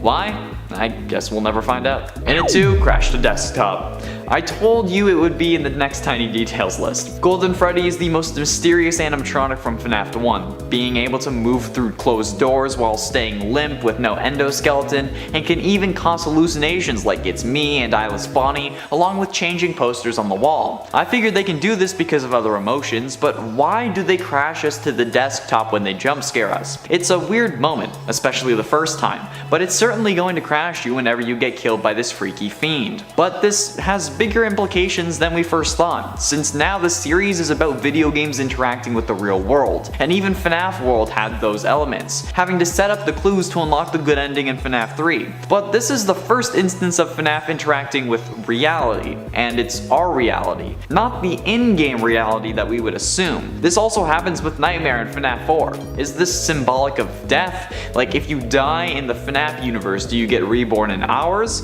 And if that's the case, are we going to have to deal with a real William Afton sometime soon? Keep an eye on the news, and don't go to Chuck E. Cheese. Finally, in at number 1, preference. Sister Location was the first FNAF game to introduce entirely new animatronics with their own look, and the story is fantastic. But at the end of the game, we get a whole load of robotic parts shoved inside us without our consent, and then we start bruising from the inside until we vomit out the innards and go about our business. Like nothing happened for some reason. They needed a skin suit to blend into the real world and escape the facility, but why us? Sure, we may look like the only person in the place, but just before we get scooped, we see 2 technicians hanging on either side of our office. Why not just take one of them instead? Perhaps because they didn't trust Baby, or they knew how to fight back since, they're technicians, or maybe because they know Mike is also a robot, hence why Baby says he won't die after ejecting themselves from his body. He didn't have organic parts. His insides or an endoskeleton. That's right, I'm back on the train. It's happening. It's gonna be a thing. And at 10, pizza time. Pizza. Honestly, it's one of my favorite foods. I could eat pizza for lunch and dinner and be fine with it for the rest of my life. I actually honestly did that for my first year at college. God, I missed that meal plan. However, I totally missed the love that Mike seems to have for pizza in the security logbook. In fact, other than his name, it's the first thing he writes about. On page 6 of the logbook, it asks you to list 10 reasons why applying to Freddy Fazbear's Pizza seemed like a good idea at the time. Which, first of all, Scott, are you trying to get people to come for my job?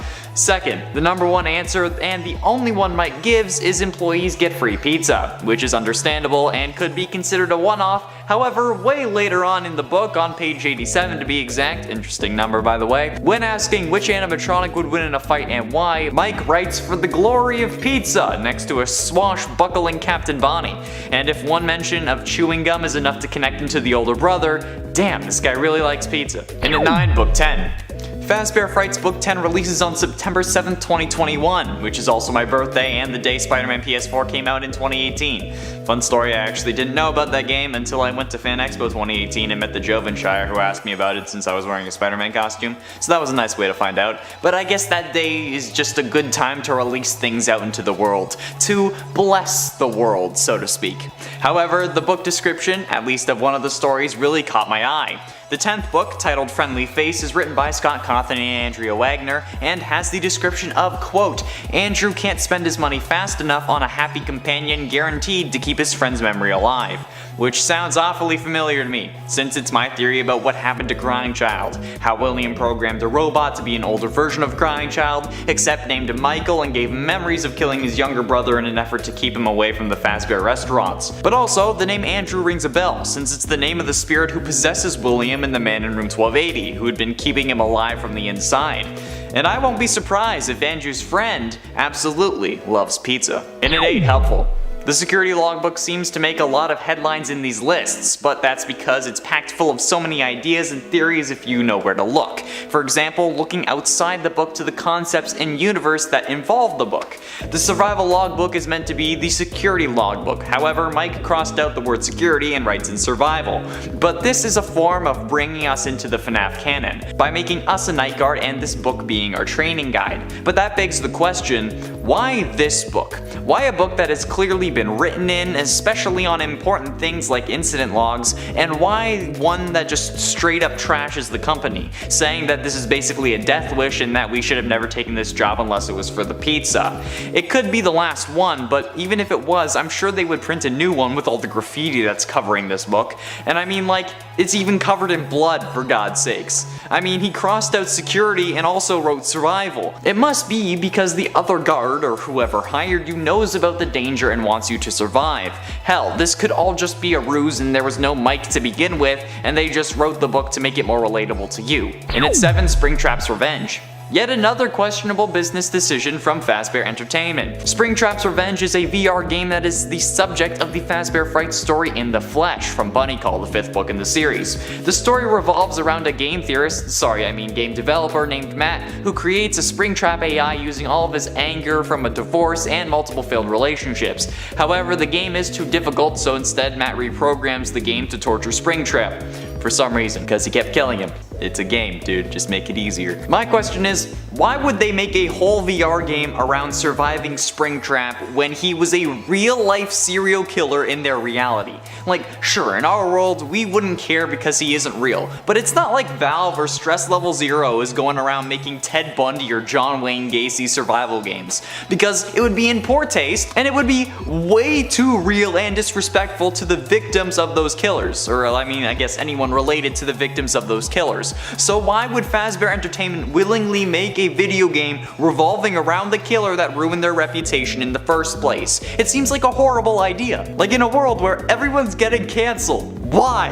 And at 6, Bite of 87. The survival logbook makes yet another appearance on this list, this time either solidifying or making the Bite of 87 even more confusing. The Bite of 87 being the mysterious incident where someone, presumably Jeremy from FNAF 2, gets his frontal lobe bitten off by an animatronic. We thought we had the animatronic who did it pinned as Mangle, but then Ultimate Custom Night came along and proposed that maybe it was Toy Chica, with the line, "Where's my beak?" lodged in your forehead, of course. However, I think the logbook can actually give us more of an answer as to who done it. On page 35, the book asks you some would you rather questions about what you would do if you were trapped under a desk for a week surrounded by baby-themed animatronics. The last question it asks you is, would you rather lose a frontal lobe or an arm? Now, every other question makes sense for that situation aside from this one, so why would it ask this? To remind us of the Bite of 87, like we could forget, since on page 87 we see a couple animatronic cage matches with you determining the winner and why. On page 86 this occurs as well. Both animatronics up for debate are in this section, however Mangle is the only one that appears on page 87 and is clearly set up to win, being pitted against Balloon Boy. Chica is also present but on page 86 and against Freddy, a much more fair matchup. Is this Scott correcting us from what we thought we learned in Ultimate Custom Night, or is this just another coincidence or diversion? Tell me what you think and why in the comments.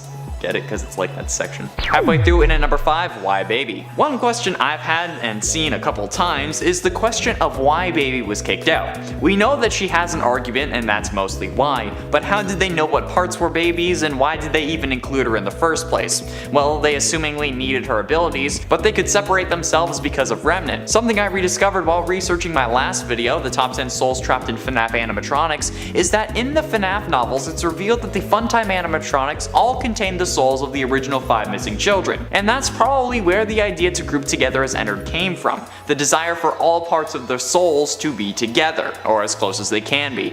And that's also probably a factor in why they kicked Baby out, since she contains the soul of Elizabeth Afton, the daughter of the man who took all their lives. And also because, you know, she doesn't have the soul of any of the missing children, so she was just an extra. They used her and they're like, wham bam, thank you ma'am. And at 4, clarification. I will put you back together, a line that has caused a lot of turmoil, especially on this channel, since whenever I mention it, I'm typically referring to a theory that many people seem to disregard and even despise. However, this time I'm not talking about potential robots, I'm talking Ultimate Custom Night, since one of Nightmare Freddy's lines is, I am remade, but not by you, by the one you should not have killed. And that line speaks volumes. I'll talk more about why later in this list, but this helps us confirm one thing that we've suspected since FNAF 4, that William Afton is speaking through psychic friend Fredbear. The Fredbear plush we see follow us around during the 8-bit minigames of FNAF 4, that we later learn is being used as the camera by Afton. This proves it as being William because of the clarification, but not by you. Like, why would he say that unless William was an option? Unless he had made some sort of promise like that before, and the only other time we hear the line is in FNAF 4. This is referencing the I will put you back together line, not the I put her back together that Michael says in Sister Location, because that's just a totally different thing. And at 3, intentional glitch. Glitch Trap is an odd character, an accidental addition to FNAF VR that somehow ends up interacting with the environment and altering aspects of the game. Well, does he? I've always questioned why Glitch Trap is able to move the curtain at the end of the game and seemingly even put us in the Freddy suit. Like, sure, he's a spirit technically, but he's also game code and would have to obey the laws of such, right? Like, any being must obey the laws of the form they inhabit or whatever they say in it, Chapter 2. So how is he able to move things like the curtain when I can't? Simple. He wasn't an accident. If he was a glitch, unintentional, how would the ending make sense? Who would put us in the Freddy suit? We wouldn't crawl in there ourselves after all. I mean, like, we know what would happen. Was there another character there? Did Glitch Trap replace them? No, he didn't. He was meant to be there, since you can see this ending without collecting all 16 tapes, so he wouldn't be reassembled yet. Glitch Trap was an intentional feature of this game, which makes me think, who else is working for him, since Vani wouldn't be possessed or under his control at this point, because we know that she gets possessed because of this game. Or at least, we're pretty sure. We also are pretty sure she's Tape Girl.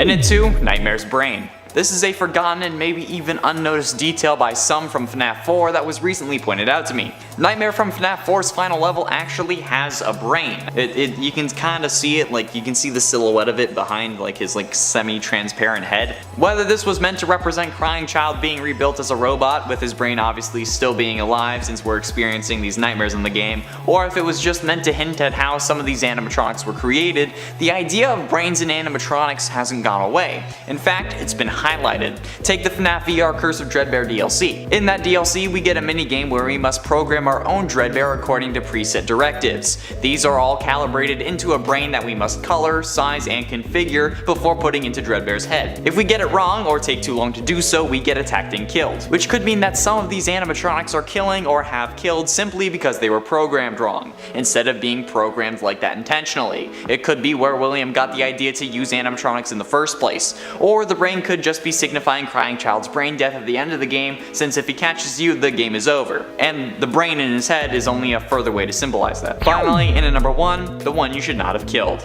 Here we are, the big numero uno, the one I said I'd be speaking about later on. The one you should not have killed is the main, I guess, antagonist of Ultimate Custom Night. This character, who most believe to be Cassidy, is the one causing this whole situation, trapping William in his own mind while keeping him alive in order to torture him for his crimes. And while this may still be Cassidy, I think it's Crying Child. I have a whole theory with my evidence as to why, so check that out in the top right corner if you're interested. But no matter who it is, the one you should not have killed cannot be Golden Freddy.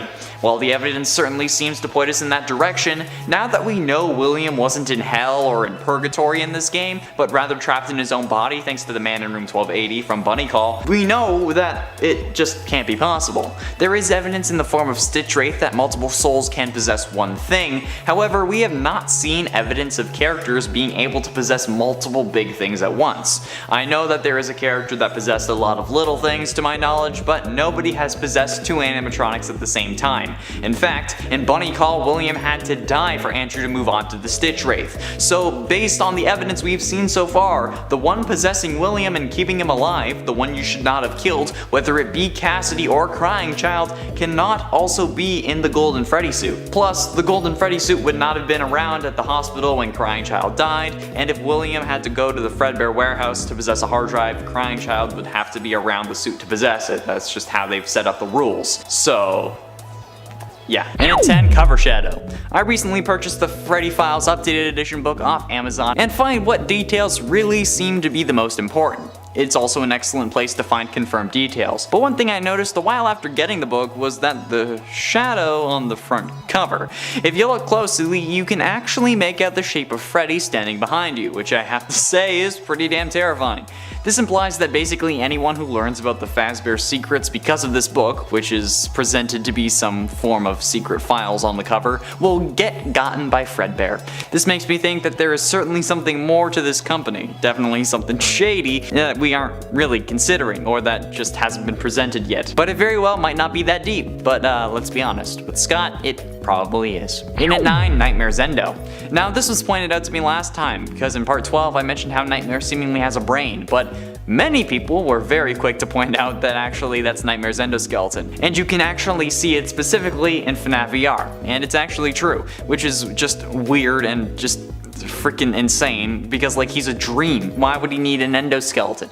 Anyway, apparently the animatronic was used in Ennard's VR minigame, and I can't seem to find a particular situation where he's there, but I'm sure it's in there, since if you check the animatronic gallery, available after you complete the main game, not including the tape endings, you can see the animatronic right there, clear as day, clearly listed being present in the game files. So that was something I never really knew about, and I'm glad that I found out. So thank you for bringing this to my attention. If you have any more details, feel free to comment them or message me on Instagram. Messaging me is a more direct way to getting the information to me, however, because I do read the comments, but it may take a while. And at 8, Funtime Chica Remnant. Now this point seems like it would be obvious, but not anymore, thanks to some recently revealed information. In the FNAF novels, once Afton discovers that the original animatronics are possessed, he melts their endoskeletons down, resulting in the creation of Remnant, basically molten possessed metal. But then he takes this metal and uses it to give life to the Funtime animatronics. So if there is indeed a Funtime Chica, does this mean that she got the same treatment? Because if she did, which it seems to imply that she does,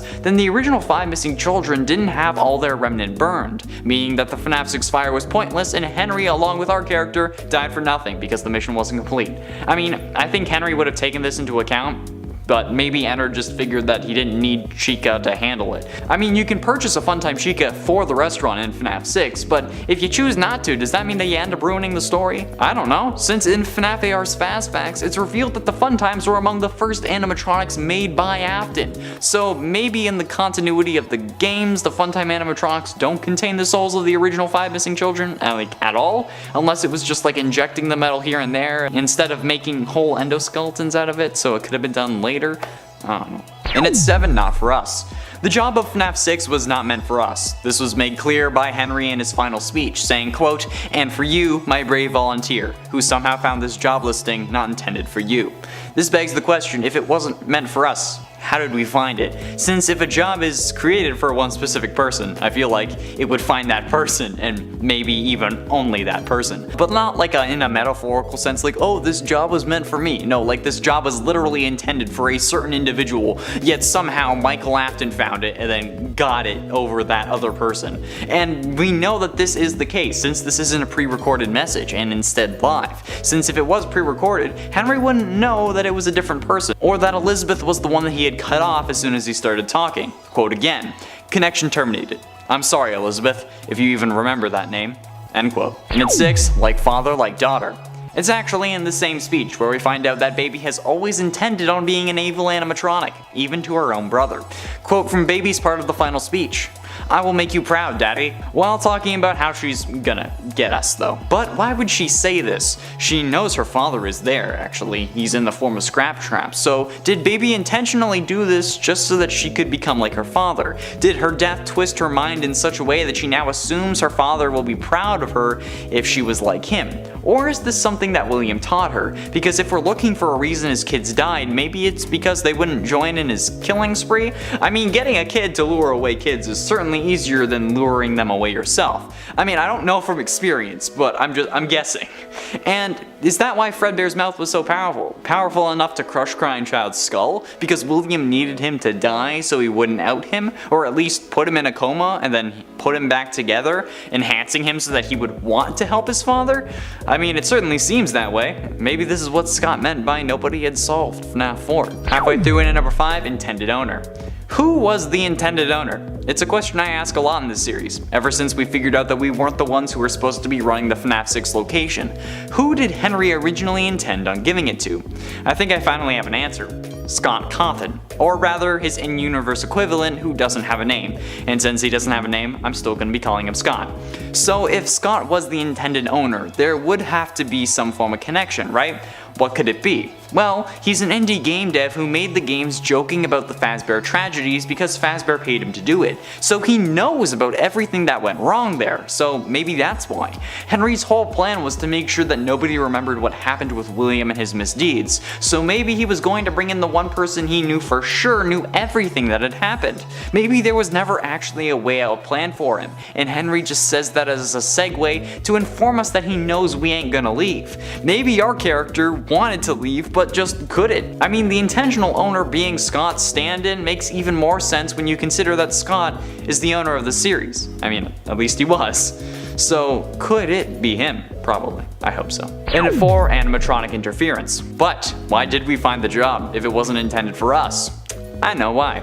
Again, in Baby's portion of the final speech, she seems to imply that the job was meant for us. You think that this job just fell out of the sky for you? Well, yeah, it would have had to if it wasn't intended for me, right? Well, it may seem like Baby just doesn't understand what's going on. Let's think about it. Who is Baby? She's our sister. She's Elizabeth Afton. We see her get scooped, hence the stomach mounts on the FNAF 4 animatronics. I mean, we loved each other. We're family. And it's not like that went away. We went to sister location to find her. That's why we're here. She loves us and wants us to be a family again. The whole gang is back together.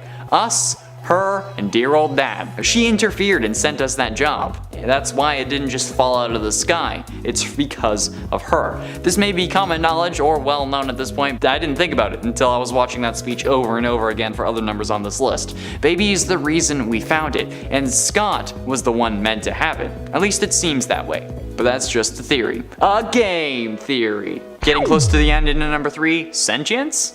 Now, turning to the Fazbear Frights books for this number, could the animatronics actually know what they're doing? Or is this just their agony acting out? Quote from Dr. Phineas Taggart from the Book 3 epilogue, that you can take a saturation of agony, add any kind of intelligence, even an artificial one, and they will combine together to transmute the energy of emotion into the energy of physical action. So it seems that Phineas believes that the emotion is what dictates the actions, not the individual who the emotions came from. This could explain the rash behavior of the animatronics and why they seem like they're in pain. It's not the children controlling them, it's the agony. The actual spirits don't have any reasoning behind their movements, they just go. That's why Elizabeth wants to make her dad proud, because while in agony she can't think straight. We just do, we're impulsive. That's what's going on with these animatronics. And we know that Phineas must be right, since he proves his thesis by creating the Stitch Wraith, which promptly kills him because it's full of the agony of multiple different things, not just one individual. Damn, a whole lot of things seem to be coming together. Penultimately, in at number 2, FNAF 4 VR. The series of minigames known as Night Terrors in FNAF VR is based on FNAF 4. We know this thanks to the appearances from Nightmare Eon and Nightmare Fredbear, as well as just the design of the room. But my question is, how did they know what this room looks like? And how do they know what these animatronics look like, for that matter? We're meant to believe that FNAF World takes place inside Crying Child's brain in 1983 while he's in the hospital. So how could they possibly know what these look like? It's the same reasoning why I thought Mike had to be the Crying Child, because of the drawing of Nightmare in the survival logbook. But Crying Child dies after experiencing these nightmares, so how could anyone have ever been described these animatronics or these locations? We know the dream house isn't like his real house thanks to the 8-bit minigames, so how did they get this model? Did they have a visualizer in the hospital room? Because we can't even see our dreams in 2021, let alone 1983. If you have any explanations, please let me know in the comments, because it can't be the sound discs. Okay? It can't be. He was in the hospital. There was nothing to actually alter the appearance of. Doesn't make sense. Finally, in number 1, explosive ending. William dies in The Man in Room 1280, the third story from the 5th Fazbear Frights book. Quite extravagantly, from what we're told, exploding into a pile of mush right before a pastor's eyes. But how is this possible? How could William just explode like that? It's not something that you think about, but I have quite the explanation. I will admit it's a bit of a leap, but bear with me. William knew about possession and maybe how it worked. He knew about agony after his daughter got scooped and his son got crunched. So, what if he tried to ensure his survival by intentionally causing himself agony? Injecting or installing some form of explosive that, when triggered or when in the vicinity of a Fazbear warehouse, would cause him to explode from the inside out, creating what possibly is one of the most agonizing ways to die, even for the FNAF series. I mean, this guy was absolutely mental, even potentially injecting himself with Remnant in an effort to stay alive. So for me, it isn't out of the question for William to just shove an explosive in